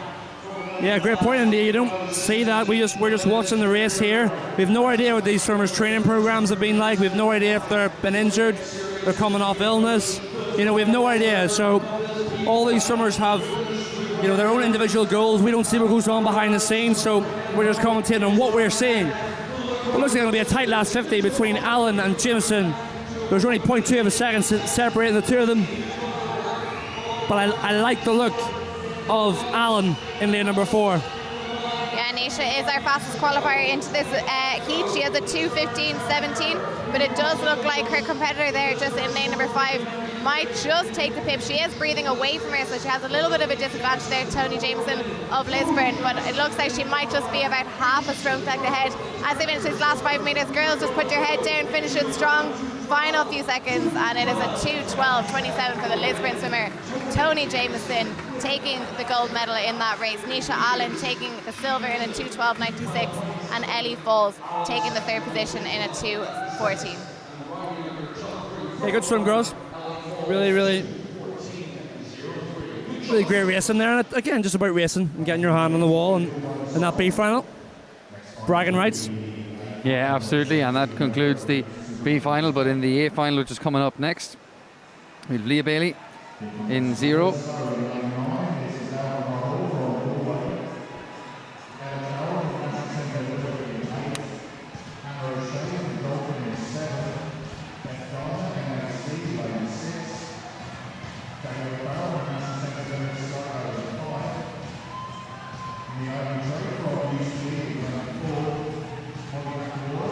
All right, so we have Ellen Lee in 1, Ellie Donegan in 2, Roselle Phelan 2, Molly McAlorum in 3, Naomi Trayton 4, Danielle Farrell, Beth Gardner 6, Hannah O'Shea's in lane 7, Ella Carroll in 8, but Alva Mulhall is in lane 9, David. Yep, A final. Been looking forward to this one. Women's 200 metre freestyle. Quite close in the middle of the field here. McAlorum on a 2:08.5, Trait on a 2:70. Farrell 2:80, Gardner 2:95. So kind of very close in the middle of the field, not like what we had with Casson and Godden, where they were going to be the clear winners. Certainly not a clear winner here.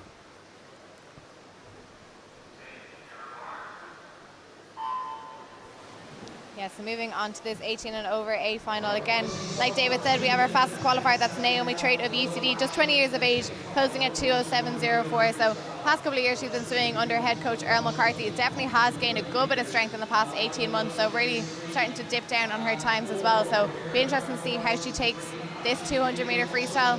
Coming in, again, you can kind of see that classic straight arm front crawl that Earl McCarthy likes to teach to all his sprinters when it comes to front crawl.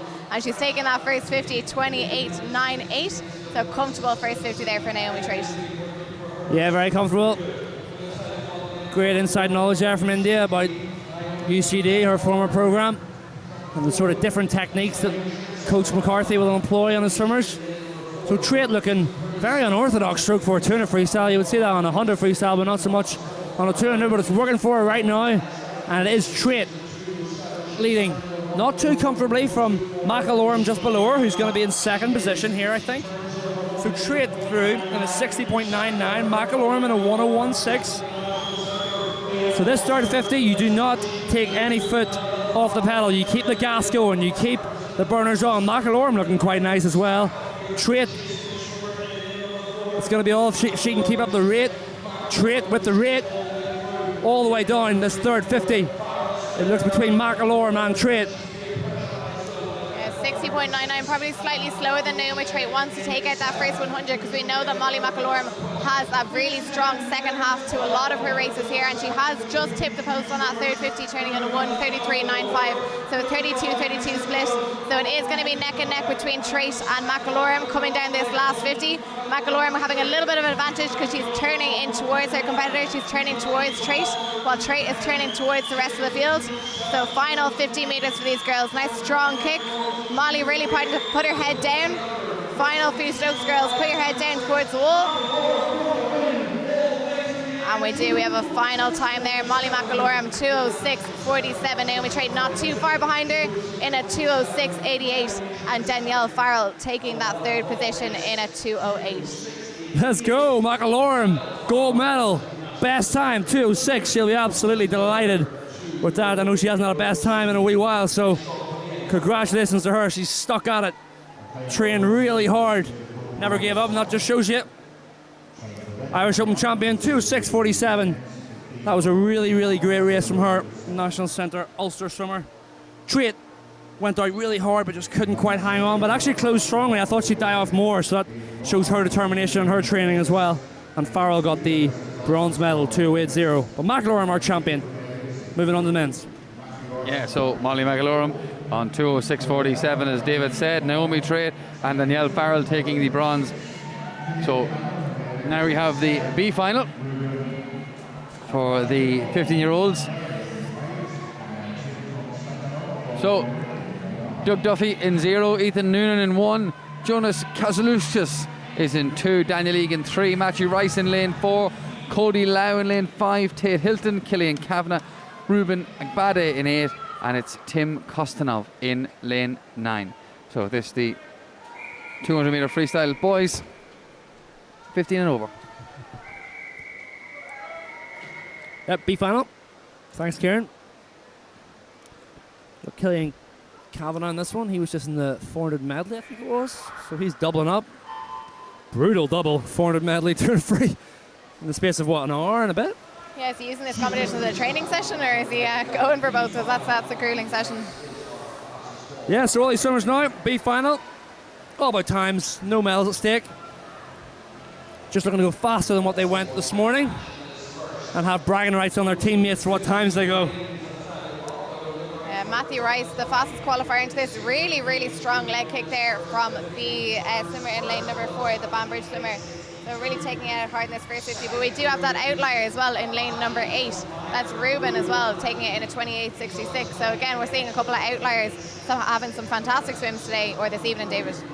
Yeah, really, really strong swims from a lot of swimmers, and there's been a lot of swimmers on outside lanes taking it out here. Top of your screen, lane number 8, Ruben Agbade of Bangor. Really, really, he's got a really nice long stroke. I like that. Coach James Hand recently taken over there at Bangor. But he's got a 60.68 from Rice in lane 4 of a 60.93. So leg kick. Freestyle's all about legs. You gotta have a strong leg kick, especially on a 200 metre freestyle. Because your arms won't die as much as your legs will, but if your legs stop, your arms will subconsciously stop. So keep the legs going, especially on this third 50. Absolutely, we've seen that from Matthew Rice. He's had a strong leg kick from the very start. So like we said, there's no medals up for grabs for these boys. So it's all about just having a gutsy swim, just getting in, swimming as best they can. And we have Matthew Rice still just pipping the post, 1:34.04. So only just less than a second ahead of his main competitor, Ruben van Banger, out in lane number 8. Yes, Matthew Rice right in the middle here, looking really, really strong. Of the Banbridge swimmer, he was entered this morning in a 2.72. It's whether or not he can get below that, and he will, and he'll take the first place in this B final. 2.6.13. Cody Lau with 2.6.91 in second, and Tate Hilton, the third position there. Yeah, so what a brilliant finish we had to that final there.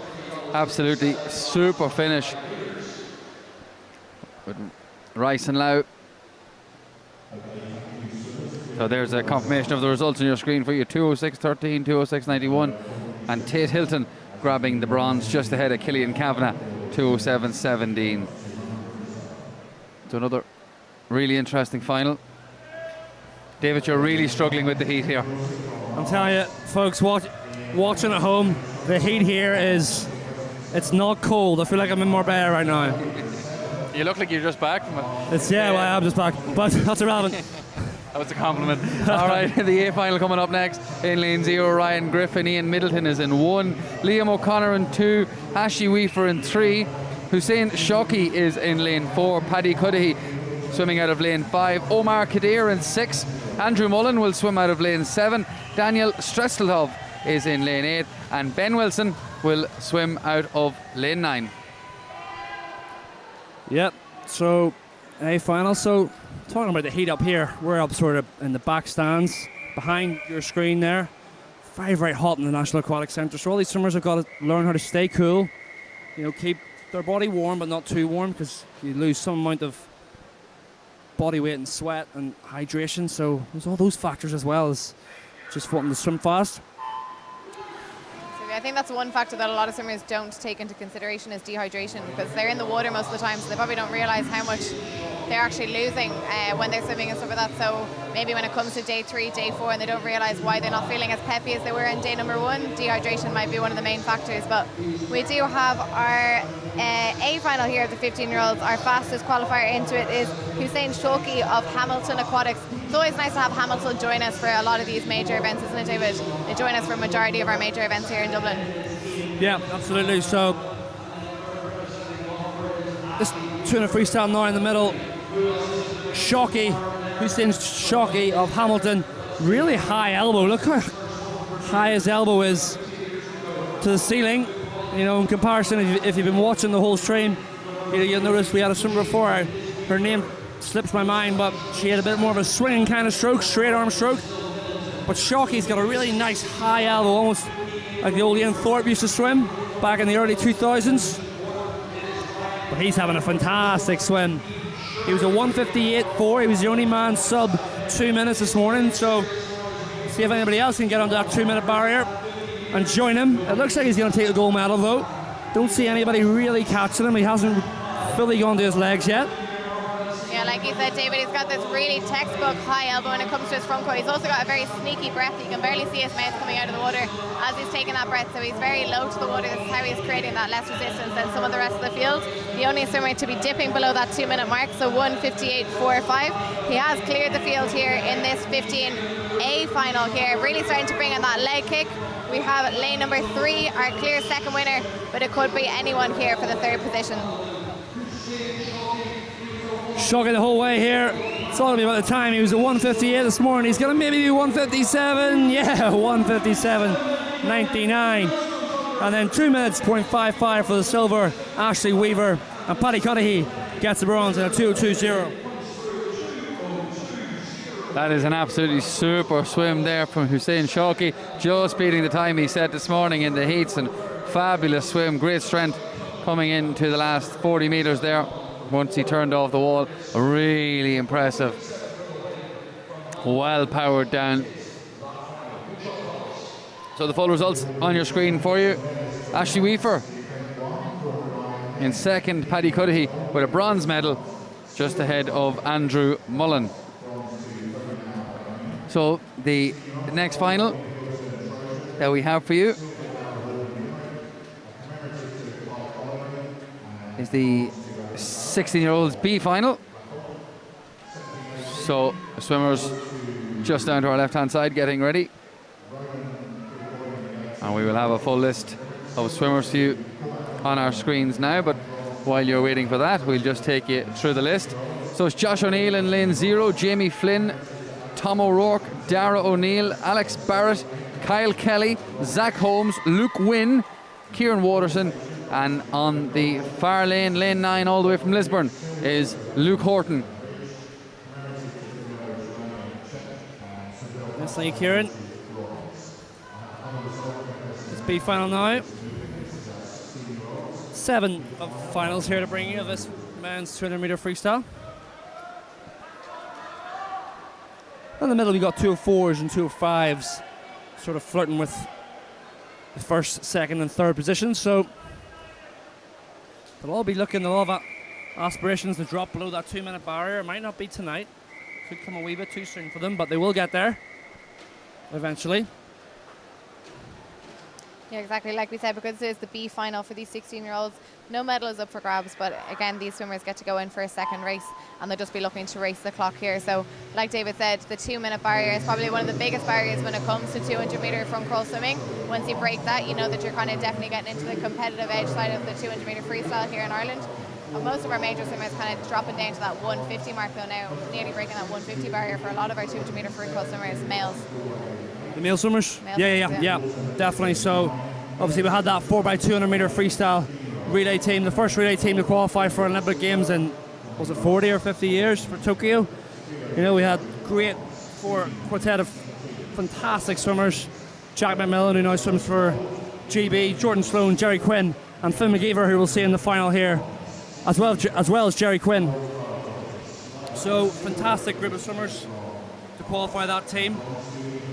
Maybe not as strong as it used to be, the 200 free in this country, falling off a wee bit with the retirement of Sloan and McMillan transferring to GB, but Jerry Quinn's made a comeback. He retired and now he's came back, and I was talking to him earlier in the warm-up. You know, he had fully retired. He was swimming out in Florida and he was done with swimming, and he came home and his coach here in Longford said come down for a paddle, and he did, and he said he felt all right, so he's going to give it a go. So he's only been swimming a few months, so he's got an idea in his head of what he wants to go.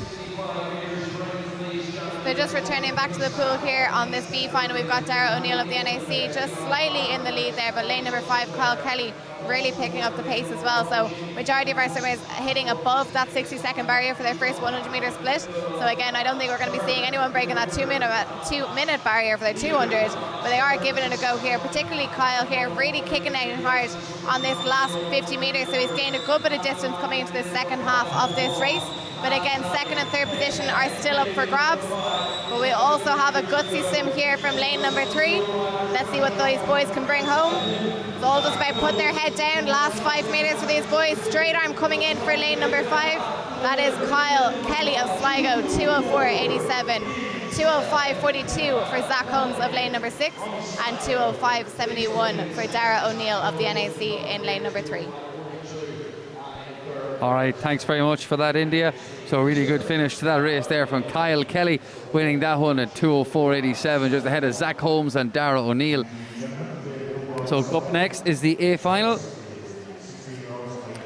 So full results on your screen and the list of swimmers coming up now for this A final. With me here, Ramkatan in lane 0. In 1, it's Alfie Shaw, Donncha McCarthy in 2, Hyun Byrne in 3, Rohan Talba, watch out for him in lane 4, 1:54.61 this morning. Noah Switzer in 5, Daniel Harvey in 6, Luca Power in 7, Yasin Husam in lane 8, and Alexander Newman is swimming out of lane 9. So India, this should be a really interesting final. Absolutely. So again, we do have two swimmers that are pretty much the clear leaders coming into heat number 4. So this is 16-year-old A final. So we have our Hamilton swimmer dropping right down to a 1:54.61. His main competitor is going to be our Dolphin swimmer. That's Noah Switzer in lane 5 beside him. He's a 1:58.66. But again, like we spoke about it before, kind of just seeing this progression in age, progression in strength. You can also see the progression in times as well. So let's see if these boys can improve on those times. Again, Hamilton swimmers definitely looking like they're on form coming into this heat here, or coming into this event here in Dublin. So let's see what they can produce coming into this A final for the 16-year-olds. Yeah, absolutely. So Talbot in 4 and Switzer in 5, both going sub 2 minutes this morning. So let's see how they get on now in this A final. All these swimmers pumping themselves up, ready to go for this 200 metres.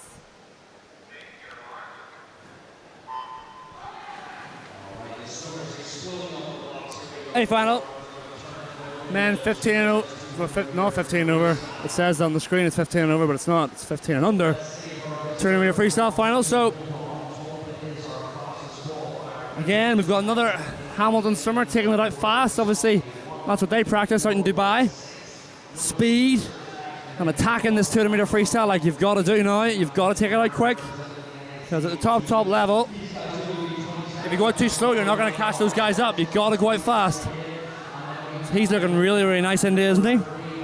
Yeah, again, we saw from his colleague before that they all have very high elbowed front crawl, so he has a lot more of a bounce when it comes to his front crawl stroke. But again, you can see that the Hamilton swimmers have got a good strong program when it comes to their front crawl. They're led by Martin McGann, a previous Irish coach who transferred over to Dubai over recent years. Probably in the past 5 years we had Martin transfer over to Hamilton Aquatics, and he's clearly taken these swimmers into the next level coming into these Irish competitions. He is our fastest qualifier into this event, again 1:54, so he is going to be the clear leader. Again, we've got 1:58 taking that second position as well. That's our Dolphin swimmer, so let's see who can take the third position as we have our two clear favourites. Yep, he's a clear favourite and he's the clear winner coming up. He's got a really high stroke rate coming in this 150 mark. He'll have aspirations of getting under 150 one day. 125.2. So the 29.3 there. If he can come back at 28 anything, he's going to go 153. That'll be really, really good. Keep that head nice and low and keep the leg kick going. When the camera pans out, we'll see just how far ahead he is, and he is far ahead. Nice leg kick in lane number 4. Tolba of Hamilton Aquatics. Super strong swim from him. The rest of the field could not live with him all the way in. I think it's going to be a 154.88 for Tolba. Noah Switzer in lane number 5 gets a silver. Daniel Harvey of Ards, 2 minutes point 4. Oh, we got joint 2 minutes point 43 for third. Yeah, joint. Now I'm not sure if Tolba can win a medal because he's from a foreign club. It may be a commemorative medal, I'm not too sure. But if you look at McCarthy and Harvey for the third position, they're joint. 2 minutes point 43 dead heat. There it is, yeah, confirmation. So they're joint third. Rare you see that, isn't it? 2 minutes point 43 for them. So that is the A final. Yeah, absolutely fantastic swim there, and as you say, dead heat, not too often you see that. Noah Switzer shaved 3/300 of a second off there, 158.33, a 158.61 this morning, so a good performance for him up against the very impressive Tolba. So the next final we have for you here is the 17-18B final. So it's Ethan Learns in lane 0, Dara Rusk in 1, David Coyle is in 2, Emmett Cusson swimming out of lane 3 with Daniel Edgar in 4.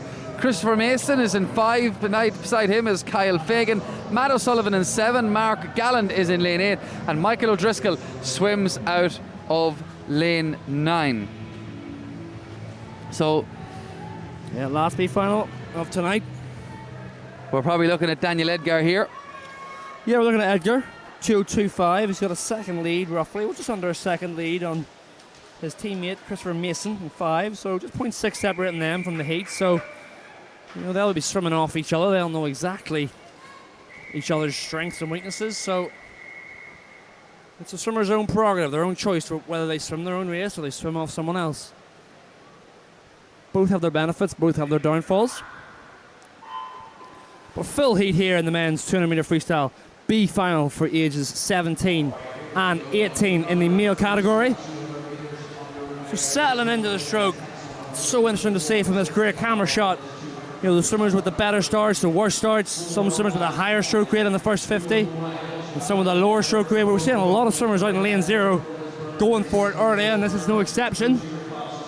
It is Lawrence in lane number 0, I think, is going to touch first. Yep, 27.46, comfortably by half a second. He's touching first position after this 50 metres. But of course, the race isn't 50 metres, it's 200, so the rest of the field will come back on him naturally. Lovely long loping strokes right in the middle there for the Lisburn swimmers. He's doing exactly what you've said, David, about previous swimmers in those outside lanes, just attacking the finals, attacking the race. He's doing really well here in this first 100. He's going to lead at the turn, and although you can't win the race in the first 100, you can certainly be out of it. But Lawrence is definitely putting it in. Daniel Edgar just behind him, and Dara Rusk in third, so it's all heating up with just under 150 to go. Absolutely. Great statement there, Kieran. I love it. You can't win the race at 100, but you can certainly not be in it. It's a great way to look at it. So you got to get out fast, and he saw, well, lane 0, what have I got to lose? Absolutely nothing. I'm going to go for it. So the middle lanes expect them to have strong fitness and strong back end. Stan Shepherd, the coach there at Lisburn City Swimming Club, expect them to come home strong, but I would love lane 0 to hang on. He got a real good kick off the wall there, David, I think, because he did look to be tiring coming into it there, but he seems to have just got a really good kick and he's powering, but there's a lot of happening in the middle lanes. Yeah, middle lanes, like I said, Lisburn coming through strong. Lane number 4, Daniel Edgar. He was the leader in the morning by about 0.3, 0.5 of a second in this race, so he's going to drop a good bit under that now. Just missing that sub 2 minutes, heartbreaking, but a great swim. 2 minutes, 0.78. Christopher Mason, the other Lisburn swimmer, in a 2:02.2. On lane number 0, Lawrence, he got third position. He went for it, just couldn't quite hang on. Yeah, really good swim from Lawrence there, and shades nearly a second off his time from this morning, so he'll be very happy with that. Led for 3/4 of the race and has got his bronze medal out of it, but Daniel Edgar has taken gold and Christopher Mason. So a 1-2 for Lisburn. Big Lisburn crowd here. Yeah, Lisburn having a great year. They came on leaps and bounds. And they have Adam Colgan going in this one as well. This is the 17-18A final.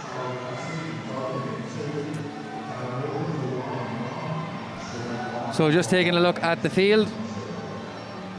And it's Sean O'Connor in 0. Dara Morgan 1, Charlie Cassie 2, Cormac Rinn in 3, Evan Bailey, watch out for him, in 4, Conor Fitzgerald 5, Killian O'Loughlin Brophy in 6, Adam Colgan in 7, Mehmet Zerin is in lane 8, and Matthew Moan in lane 9. And Evan Bailey with a really strong 1:54.35 earlier on. Yeah, Evan Bailey, supreme junior swimmer, one of the best male junior swimmers at the minute in the country. You know, swims 100 fly as well, 100 free, 200 free. I'd love to see him push on this 200 free. So, I think his best times are 1:52, I want to say, something like that. So I'd love to see him attack this one really, really strongly.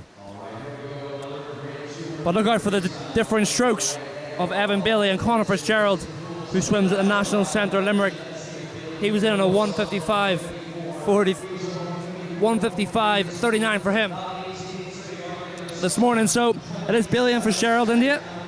Absolutely, yeah. So it's nice to see Evan Bailey back in the pool corner. It definitely still seems on form. I know his time is down around a 1:52, and he's close to 1:54 this morning. I remember speaking to Fran Ross, his main coach, and kind of put a lot of pressure on himself when it came to international competitions. And then when he comes back to home soil, he really just takes the pressure off himself, and he just loves to get in and race. So nice to have Evan kind of just showing that here, taking out this first 100, nice and comfortable. Even though that lovely long stroke that he has is probably gaining more meters than a lot of the crowd here, but he's going to take this first 100 comfortably of this A final in a 55.00. Evan Bailey out in a 55.00. You know, he's capable of even faster than that in that first 100, but look how he surges through the water. The hands enter, he holds them out at the front, and then he grabs that water really high, using all of his big wingspan to pull right through the water. really low breath position, a very common kind of stroke you'll see amongst great 200 metre freestylers. Duncan Scott, Tom Dean, all those kind of swimmers have that kind of stroke. So he's training at 123.8. He needs to get a move on if he wants to get down to PB a wee bit. So here we go. It's going to be Evan Bailey.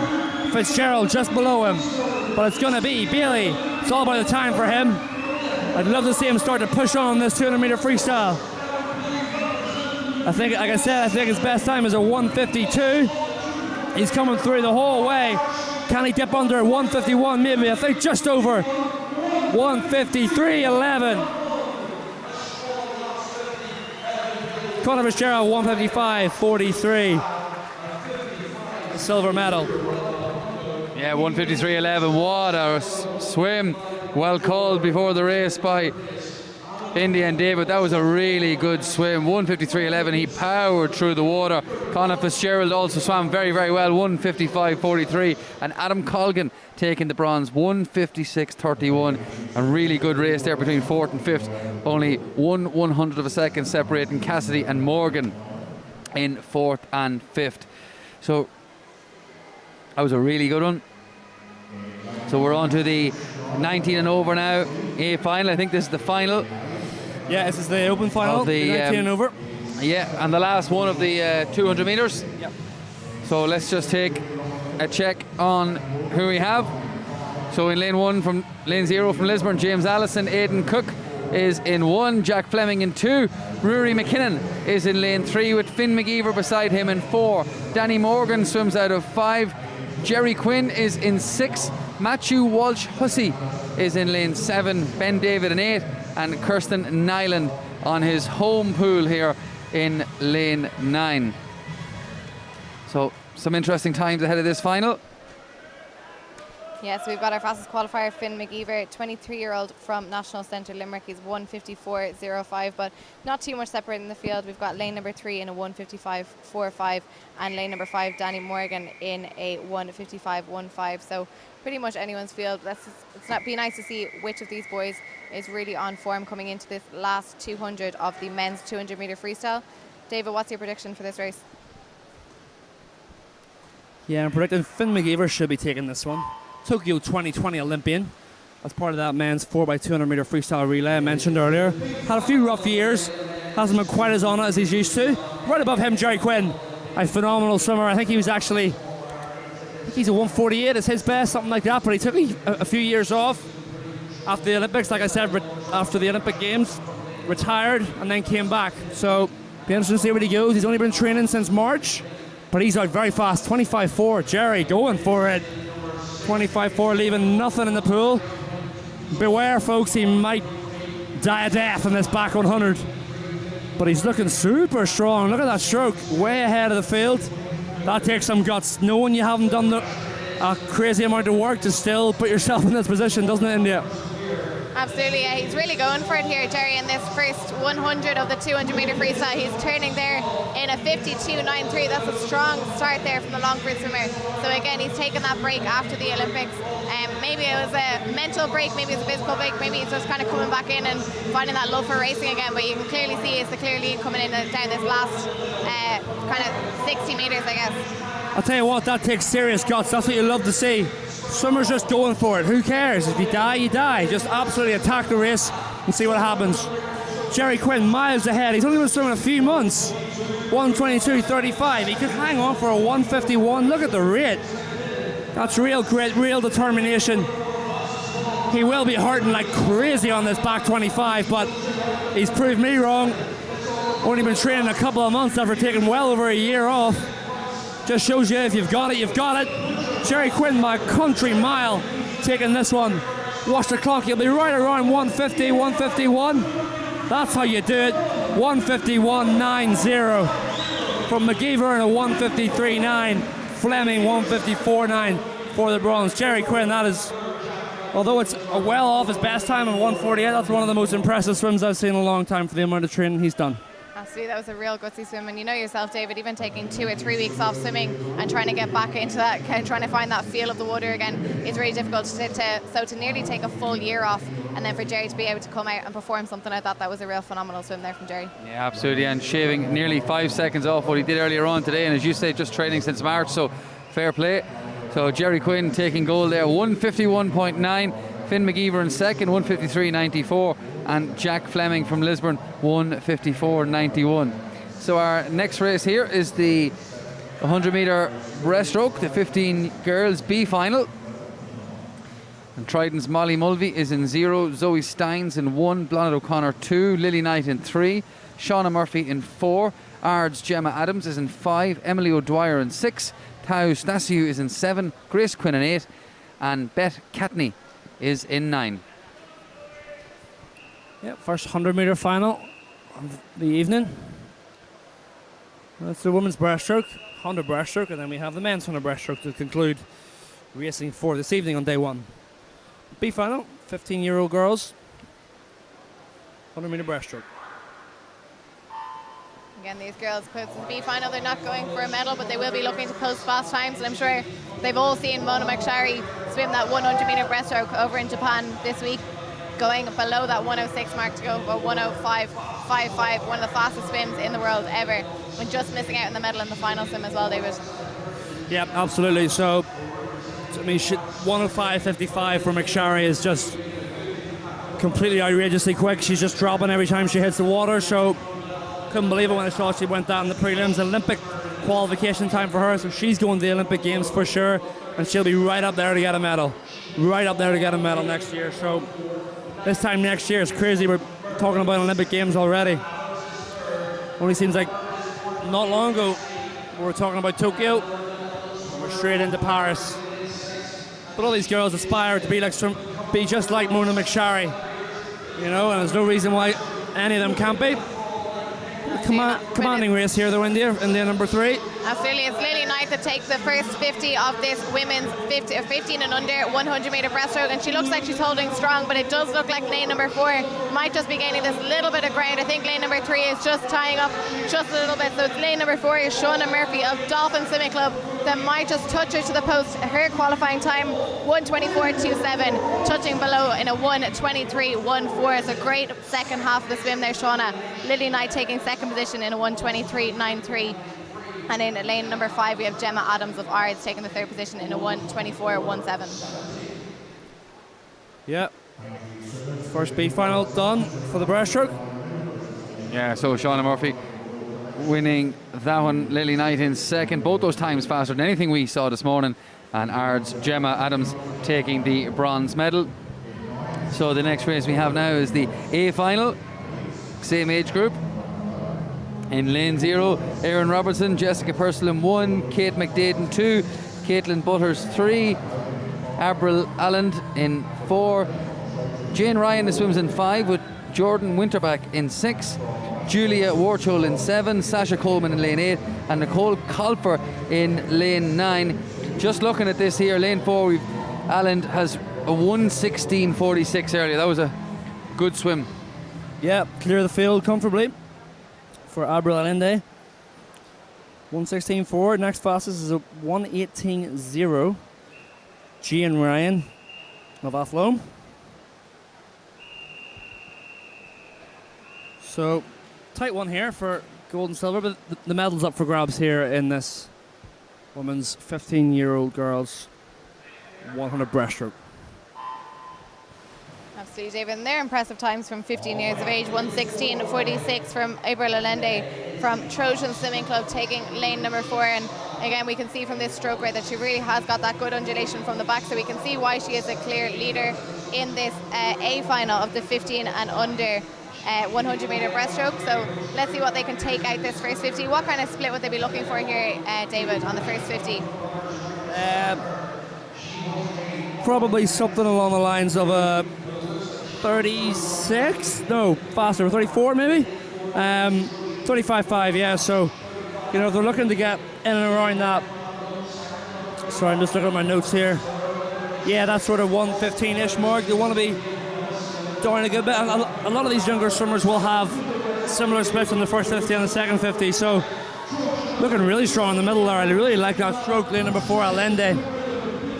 Really nice pop to her stroke, head right out and flings the arms forward with aggression. So looks like she's going to take this really comfortably from above her in lane number 5. Jane Ryan's going to take the silver, and the bronze all up for grabs. So I think she'll be well below her prelim time, and she is. So again, prelim time 1:16.46 for April. We're coming in at a 1:15.53. So another great improvement for the 15-year-old Trojan swimmer. We've got Jane Ryan taking the second position in a 1:17, and then we've got Winterbach in lane number 6 taking third position in a 1:19.32.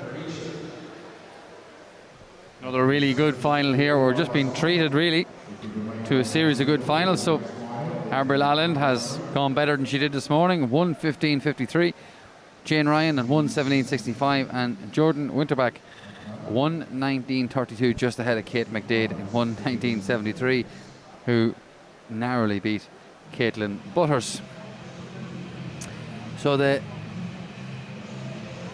next final we have for you here, another 100-meter breaststroke. This time it's the 16 to 17B final.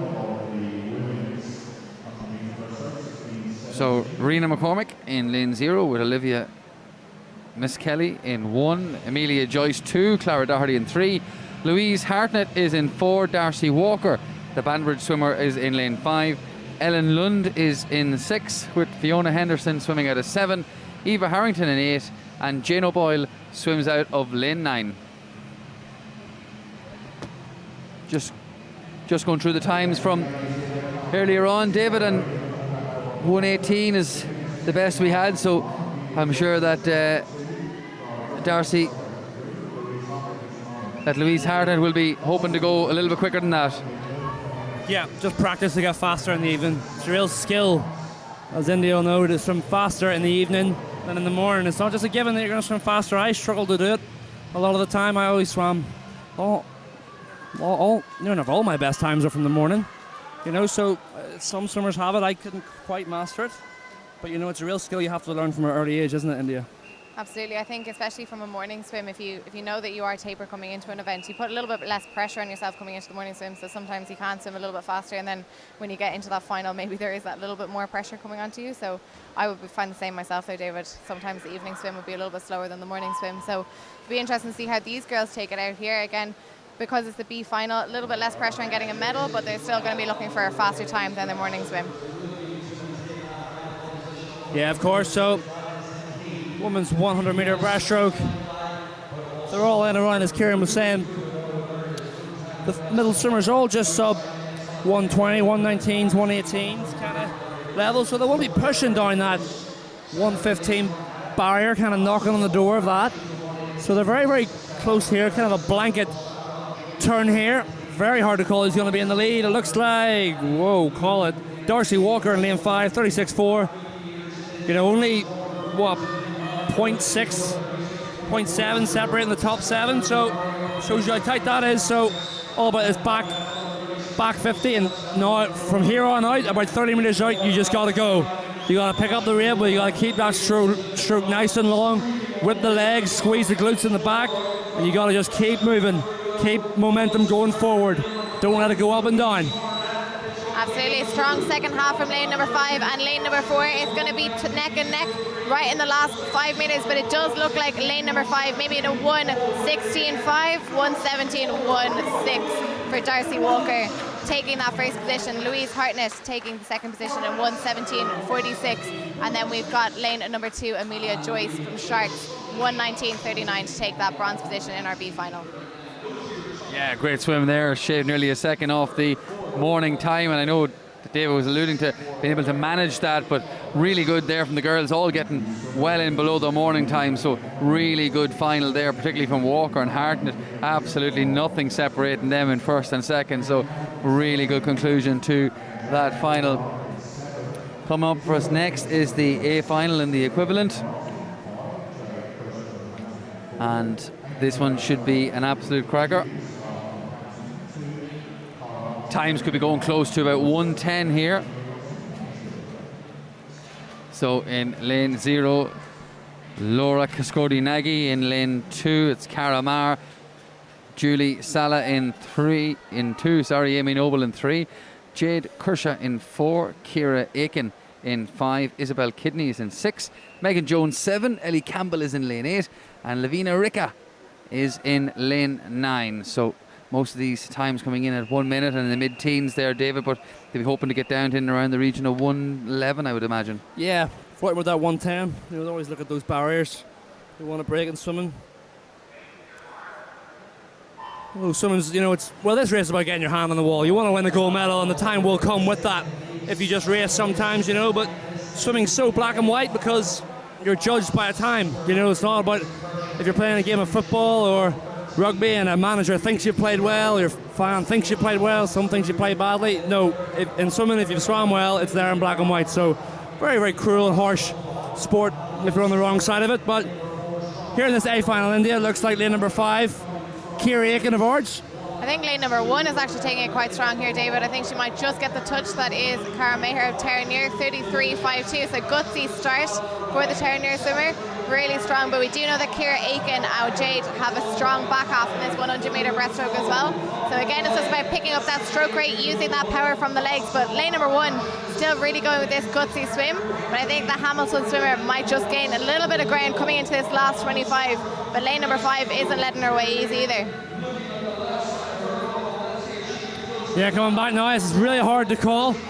The number 1, Maher's died off a wee bit, and it is 4, Kushka of Hamilton Aquatics, looking really strong in this back half. She's going to take a touch, 1:12.43. Kira Aiken, the swimmer I thought was in the lead, at 50, takes the silver. Isabel Kidney gets the bronze. And I think Maher dropped back to 4th position, so took it out fast but couldn't quite hang on. But gutsy swim nonetheless. She's happy. So a thumbs up there to the coach. I think it was actually a thumbs up to you, David. Well, probably not. All right, so Jade Kirsch could be happy with that. Nearly a second shaved off the time this morning, so good swim from the Hamilton swimmer. Kira Aiken in 2nd and Isabel Kidney claiming 3rd. Cara Maher and Julie Sala with a good battle there, as did Megan Jones in 4th, 5th and 6th. All right, so the finals really living up to the billing. And the next final we have now is the 18 and over A final.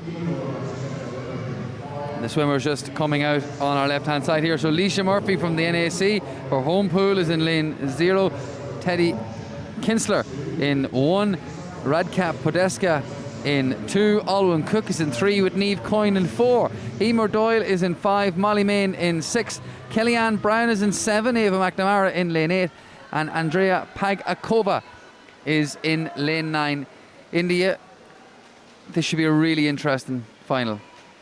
Absolutely. We do have Niamh Coyne, the only swimmer, dropping below that 110 mark, but we've got a lot of interesting names coming in to this 18 and over A final. So Alwyn Cook taking lane number 3, Niamh Coyne lane number 4, Emer Doyle in 5, and Molly Main in lane number 6. So we know all 4 of those girls are strong breaststroke swimmers. I think Niamh Coyne, I'm going to predict it, maybe might just take the touch on this 100 metre breaststroke final. What are you thinking, David? Yeah, I think Coyne should have too much. Molly Main, I think more of a 200 girl, isn't she? So Coyne more of a 100. So yeah, I expect Niamh Coyne to probably take the win, but you never know in swimming. So at the minute it looks quite close between Coyne and right below her in lane number 3, Cook of Limerick. So they're quite tight. And it actually looks like Cook is slightly in the lead. So both kind of similar-ish strokes. Coyne coming up a little bit higher than Cook, so that works for some swimmers, but it is Cook in the lead with a 32.84 from Coyne and a 33.09, and Emer Doyle in lane 5 with a 33.75. Coyne with a fantastic turn in there. Absolutely. I think it was a little bit of a glide there coming in from Niamh Coyne into that touch. Only taking 20 strokes though to get down that first 50, so you can see how much she eats the water on this breaststroke event. But from that underwater work, yes, she absolutely has come up streets ahead of everyone else here. So it really just needs to hold on coming into these last 50 metres. But it does look like Niamh Coyne is going to take the gold in this A final. And then let's see, I think it might be at lane number 5 taking the silver, but let's leave it down to the touch. Yes, it is. It's Niamh Coyne, 109.76 for the gold. Emer Doyle taking the silver in a 110.27, and Alwyn Cook taking the bronze in a 110.98. You're shaking your head there, David. You don't think she'll be happy with that swim? Nah, she'll be happy with that at all. You know, she was a lot slower than she was this morning. She didn't get out after it enough, I didn't think. bit too lackadaisical in the first sort of 35 metres, you know, especially, actually no, sorry, not the first 35 metres, the sort of back 15 metres into that turn, you know, you got to attack it. I just think she just laid off a wee bit. Yeah, she came back and took the win, but, you know, she'll want faster than that. But swimming's tough. You don't get faster every time you race. It's very easy for us to stand up here and commentate and say, oh, you should have done this, should have done that, but when you're in the water, it all happens so fast. You know, if it doesn't happen, it doesn't happen. It's a very cruel sport because you train all year for what, 1 minute, 9 seconds? You know, it's so much. These swimmers train 9 times a week, maybe 18 hours in the pool, gym work. They're going to bed at the right time. They're missing out on parties and all sorts that their friends are doing. So it's very, very harsh sport, you know, if you don't do well. It's fantastic if you win, do well, but when you don't do well, it's hard, isn't it? Absolutely. I think she should be able to go back over that race and kind of pinpoint the points in which she made mistakes, maybe coming into that turn just a little bit of a glide, so slowing down just slightly on that speed as well. But the likes of having things like HPV Studios, she's able to actually go back over those races, which is a great thing to have as well. Absolutely. All right, well, that concludes the breaststroke for the female section. Now on to the men's section. McNally, Rackard, McIntosh, Dalton, Bishkirkash, Corbett, Burke, Samakov, Brown and Scarangella make up the 9 lanes. Over to you, David. Yeah, men's 100 metre breaststroke. B final, 15 years. And Kieran's just gone through the list of swimmers. We got 119s in the middle here, so sub 120s on show tonight here.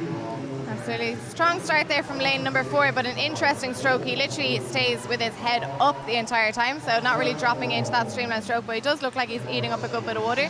He's pretty much bouncing through that water, lane number 4 there from Drogheda.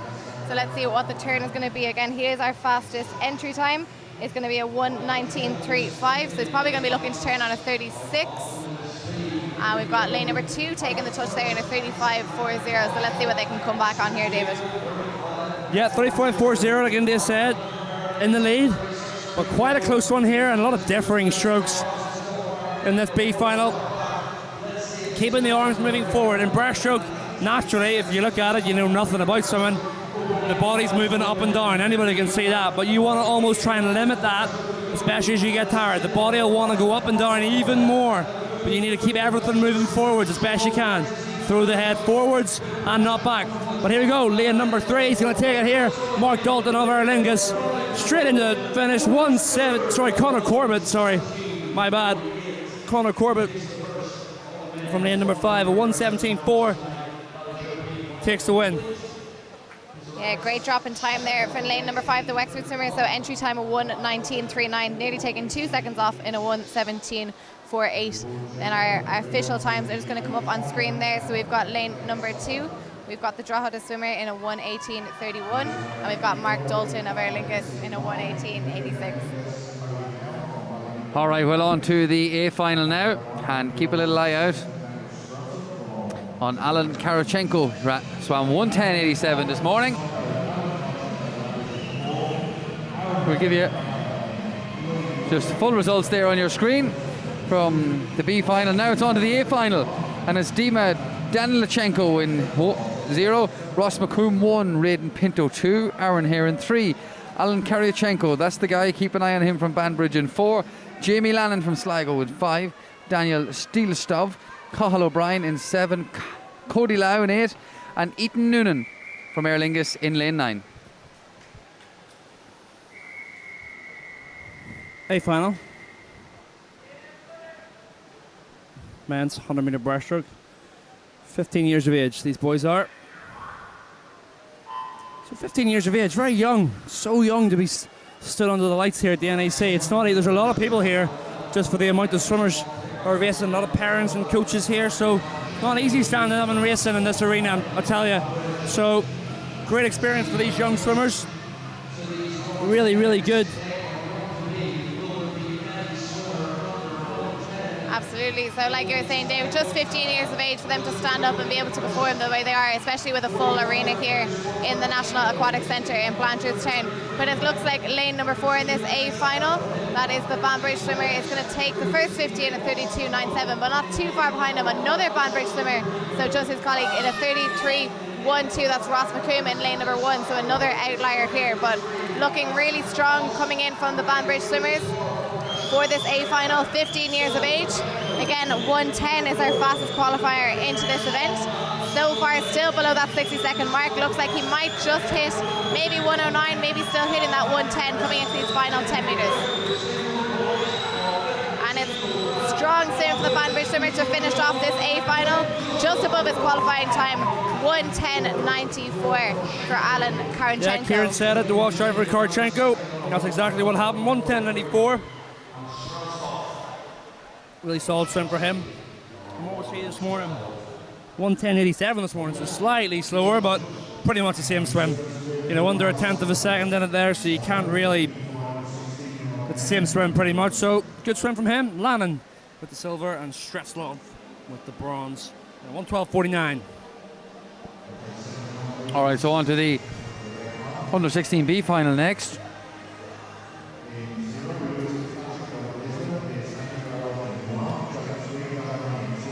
So our quickest qualifier for this one is coming out of lane 4, Aidan McGrath. Lewis Fitzpatrick from Lisburn in 0. Pierce Hanley lane 1, James Green in 2. Lewis Jordan in 3, Aidan McGrath, the Dolphin Man in 4. Brendan Pretorius in 5, Jamie Flynn in 6. Jerry Carroll, ESB in 7. Adam McNamara in 8. And Sean Cook makes up our 9th swimmer. 16 years, B final, men's 100 breaststroke, a couple of 1:13s in the middle. Aidan McGrath fast into this one. You know, he just missed that A final. You know, he only missed it by a very small amount, so sometimes that's a better thing. And sometimes you would prefer actually a centre lane in the B final than an outside lane in the A final, because you sometimes get washed away with, you know, swimmers going faster in the middle, and sometimes you can just kind of swim your own race in the middle, can't you? Absolutely, and we can see this in the B final of the 16-year-olds. There's less than a second pretty much separating the top 5 swimmers here, so it depends on what kind of swimmer is coming into this competition. Are they someone that likes that competition, or are they like someone that likes to swim on their own? But again, we're going to have strong starts from some of these swimmers here, so it looks like we've got lane number 2 and lane number 3 really taking it out hard. So lane number 3 taking the first touch. Oh, sorry, it's lane number 2, sorry, James Green of Ballymoney, 33.09. So very strong start, particularly with an entry time of 1:15. Let's see what these lads can come back on, but it is another outside lane, really giving it a gutsy swim here. Again, James Green, interesting stroke here, very front led. A little bit more up and down movement coming into this last 25 metres of this event. It looks like lane number 3 might be gaining a little bit of ground on him here, but again, only small margins separating these top few swimmers. Lane number 4 also gaining a little bit of ground, but it does look like James in lane number 2 might just take the touch of this A final or this B final in a 1:13.29. Fantastic swim there from the Ballymoney swimmer. Yeah, great racing there. Just hung on from that outside lane, quite a high head position, but did really well to keep the momentum going forward. Whipped the head round to see he took first position in that race. He'll be happy. James Green, 1:13.29 from Aidan McGrath, and a 1:13.5. That's our B final. McGrath going slightly earlier than this morning, but not good enough. James Green taking the win, 1:13.29, as David was saying, and Brendan Pretorius in third, 1:14.30, just ahead of Lewis Jordan, 1:14.55. So 5 races to go here on the opening day. These national championships in the National Aquatic Centre here in Dublin. Now we're on to the 100-metre breaststroke. Lisburn's Aidan Mallet is in lane 0. Leo O'Callaghan is in 1. Sasha Leichuk in 2. Ricky Fain is in 3. Dominic Hilton from Trojans is in 4. Banbridge's Jake Logan in 5. Ryan McDowell in 6. Yasin Husam is in lane 7. Joshua Hunt is in lane 9. And in lane 8, I beg your pardon. And in lane 9 is Christian O'Brien. Yeah, so in lane number 4 here we have Dominic Hilton of Trojan. He's already just come out of the 400-metre IM, winning his heat in that 400-metre IM as well. So he's got a grueling session today. 400 IM, 100-metre breaststroke. Brutal. Okay, men's 100-metre breaststroke, 16 years old, A final. Middle swimmers all around 1:10. Hilton is the fastest. He won that 400 metres medley about maybe an hour, 80 minutes ago, something like that. So he's straight in here. He's looking for the double. But back up the double, very hard to do. Be interesting to see. The other swimmers won't want to let him do it. Very, very close coming down this first 50 here now. It's so hard to call. Could that thing maybe be lane number 3? Yeah, Ricky Fane in a 32.37. Hilton second, hanging tough in a 32.97. But it's going to be all about that underwater pullout. And now this third 25 is so important. Keep the rate up. Keep the legs going. Do not shorten that stroke. It's going to be a fantastic finish, India. Absolutely, we saw Dominic had a very strong breaststroke leg in his 400 metre IM not so long ago. He does look like he's gaining that little bit of ground coming into this last 50. I think like he is going to take the touch in this 16-year-old A final. So his entry time from his prelim swim is a 1:10. Looks like he's going to be dipping below that nice and comfortably in a 1:08.72. So again, another strong swim from that 16-year-old from Trojan, Dominic Hilton, 1:08.72. Yeah, Hilton absolutely killing it. 1:08. He was a 1:10 this morning. So 2 gold medals for him tonight. He'll be over the moon. I expect to see him win more goals probably in the, I don't know, the 200 breaststroke, 200 medley later on in the week. Yeah. All right, so coming up now is the under 17-18 B final. So we're nearly there, folks. Thank you for being with us all day. So just take a quick check on the field. Lane 0, Charlie Morrissey. It's Zachary Black in 1, Jake Sweeney 2, Thomas Davey in 3. Cian George hoping to go quicker than 1:09 in lane 4. Ryan Athez in 5. Callum Slaughter in 6. Ina Garvey is in 7. Jack Delaney in 8. And Bryn Fitzpatrick is in lane 9. Yeah, not too many more races, just the 4 races to bring you. Looking forward to seeing that men's 100 metre breaststroke open final with Owen Corby, Usain Cook. Fascinating to see those guys in action. But here the B final for the 17 and 18 age category. Only got the one sub 110 somewhere in the field here. That is lane number 4. That's Cian George of Dolphin. Great program there down in Cork. So at the minute, again, hard to call early doors, but all these kind of differing strokes, shoulders coming right out of the water, and a fast leg kick behind. And you whip those legs, and when you whip those legs, you want to keep the feet nice and tight together and hold that streamline. Coming into the turn, it's hard, very hard to call. Thomas Davey in a 31.8, Cian George, the fastest qualifier, in a 32.0, and Ryan Atz in a 32.1.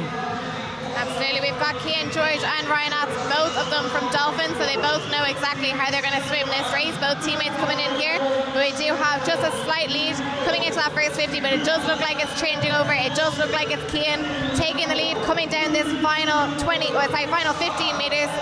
He is the fastest qualifier, only person to drop below that 1:09. He's currently looks like he's going to be dropping below that 1:09 again, and coming in strong in a 1:08.32 for Cian George of Dolphin. Great swim, 1:08.32. That's a fantastic swim for him. Really happy with that one. He was a 1:09 this morning. He was the only swimmer in the field that was sub 1:10, and he remains the only swimmer in the field in that B final, sub 1:10. Yeah, so Cian George shaving a second off his time there. So two sub 110 performances, as David was saying. Thomas Davey and Ryan Attis, along with Callum Slaughter, pulling in a really good battle there for the silver and bronze medals. Davey and Attis just getting it ahead of Slaughter in 4th position. Coming up now, we have the A final. This is our 3rd last race of the evening. So it's Dara Hughes, Shannon Harvey, Matthew Hand, John Mulhall, Oscar Bilbao. Great name. Liam O'Connor. I wish I was called Oscar Bilbao. My name is so boring. Benji Cummins in 6, Killian Murphy, not the actor, in 7, Ben Cardwell in 8, and Ryan McGinley is in lane 9. Thank you, Kieran, for the clarification that is not the actor there, Killian Murphy, star of Oppenheimer. folks at Just home. in case there was any confusion. They're dying to know. Well, great name though again. It'll be a great quiz question. First man to win an Oscar and Olympic gold. Okay, here we go. A final. Watch out for Oscar Bilbao in the middle.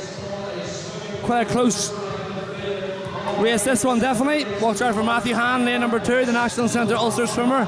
Not rested for this event. He'll be resting for Youth Commonwealth Games in a couple of weeks' time. But right in the middle of your picture it is Oscar Bilbao, and right above him, lane number 5, Liam O'Connor, looking super strong.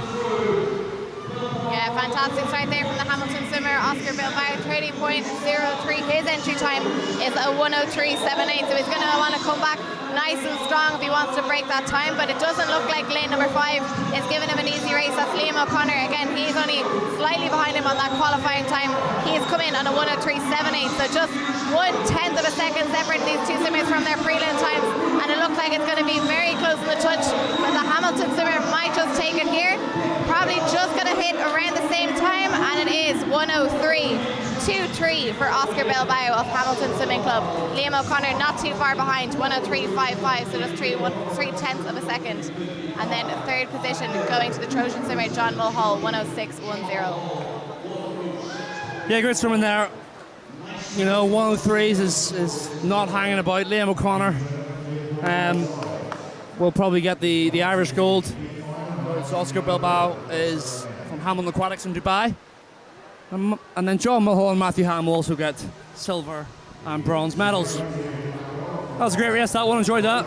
Yeah, brilliant race. Both guys going quicker than they did this morning and really pushed each other all the way to the end. And a really good battle for the bronze medal there between John Mulhall and Matthew Hahn. Absolutely nothing between that.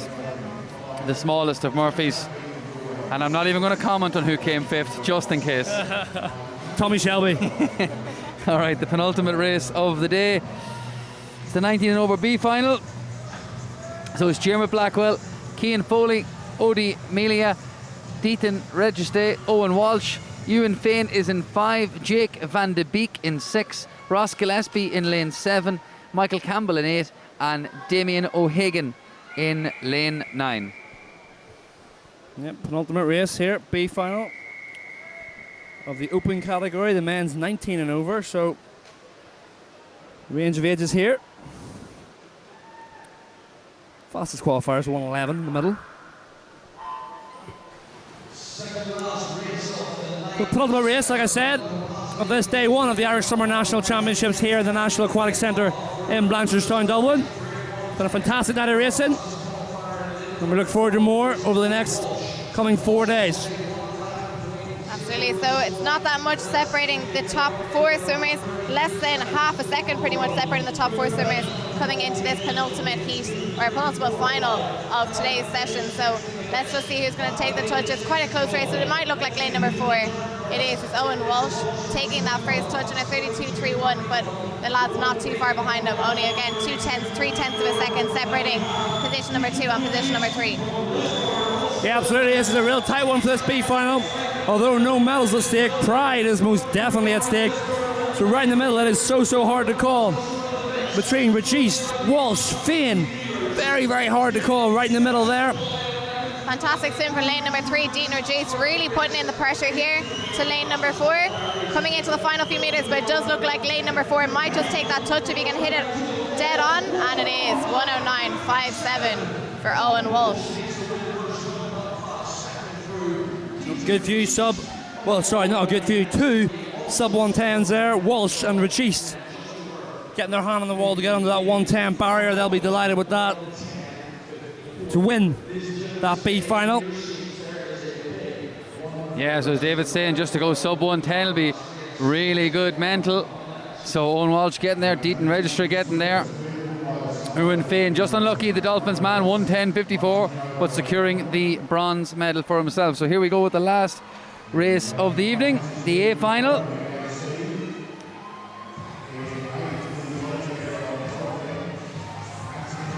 So Edna Kennedy in lane 0, Cody Dunyan in 1, Paul Cox in 2, Morgan Berryman 3, Ishan Cook is in 4, 1:02.23 this morning. He will be hoping to go sub a minute. Owen Corby, 1:02.96, will be hoping to do something very similar. Adam Manley, Anthony Maher in 7, Paul Vautier is in lane 8, and Ewan Maguire is in lane 9. Oh, I love watching these breaststrokers. Owen Corby's got the best time of 59.9 seconds, set 2 years ago now at the Irish Olympic Trials for Tokyo. Hasn't been able to get down around that, but swimmers go through these plateaus and they'll make a big breakthrough soon. I love watching Corby race. You can see him there jumping up and down lane 5. Cook is our fastest qualifier though in 4. Both very strong, athletic lads. You have to be now in breaststroke, and watch out for Berryman in 3 as well. Someone that's came on leaps and bounds. What's your prediction, David, for this race? Oh, you put me on the spot, are you? I'm put you on the spot. Oh dear, I don't like that. I'm gonna call Cook. I'll go Corby. I kind of regret going Cook now, but here we go. The better start is Cook, so expect Cook and Corby to be the only 2 challenging for the gold medal here. So Cook with definitely the better start. Corby now sort of building into this 100 metre breaststroke a little bit better. And here we go now. Coming to this first 50, India's made a great call. We can't see, but I'll tell you, it's Corby comfortably 29.01. Cook 29.68. Berryman 30.1. So at the minute it is Corby looking super, super strong the whole way down. Look how high his hips are. Right out of the water, you can see the black of his suit coming right the way up. I think India's called it well. Corby looks fantastic, but Cook's not letting him have all of it. And here we go into the finish. Owen Corby looking fantastic. It's all about the time. He's not going to be sub 60, but he's going to be very close. 61.50 for Owen Corby takes the win. Usain Cook 102.17 and Berryman 103.91 for the bronze. And you got that one right. Nice one, Corby. You didn't let me down. But honestly, fantastic swimming. Like you said, David, it's always really, really great to watch our breaststroke swimmers here. We have so many amazing breaststroke swimmers here in Ireland, and to be able to get Owen Corby and Oisin Cook in this Summer Nationals as well, to be able to watch them race, especially for some of the younger swimmers to watch them race as well. You can see with Corby just how strong he is in that breaststroke leg, literally eating up the water, but same to Oisin Cook as well. Great swims from the 2 of them. Yeah, great swim. Good bit over his best, but he got his hand on the wall, and he'll be racing also in a few weeks' time, I think, at the European Under 23. So expect fireworks from him there then. So that was our final race. That was it, David. Now just keeping a tab on all the races yourself and India have called, and she's absolutely hammering you, so you'll have to make it up over the next couple of days. Well, I got to go easy on her. But from myself, from India, from David, from everyone here at HPV Live in the National Aquatic Centre, Slán agus Iwa.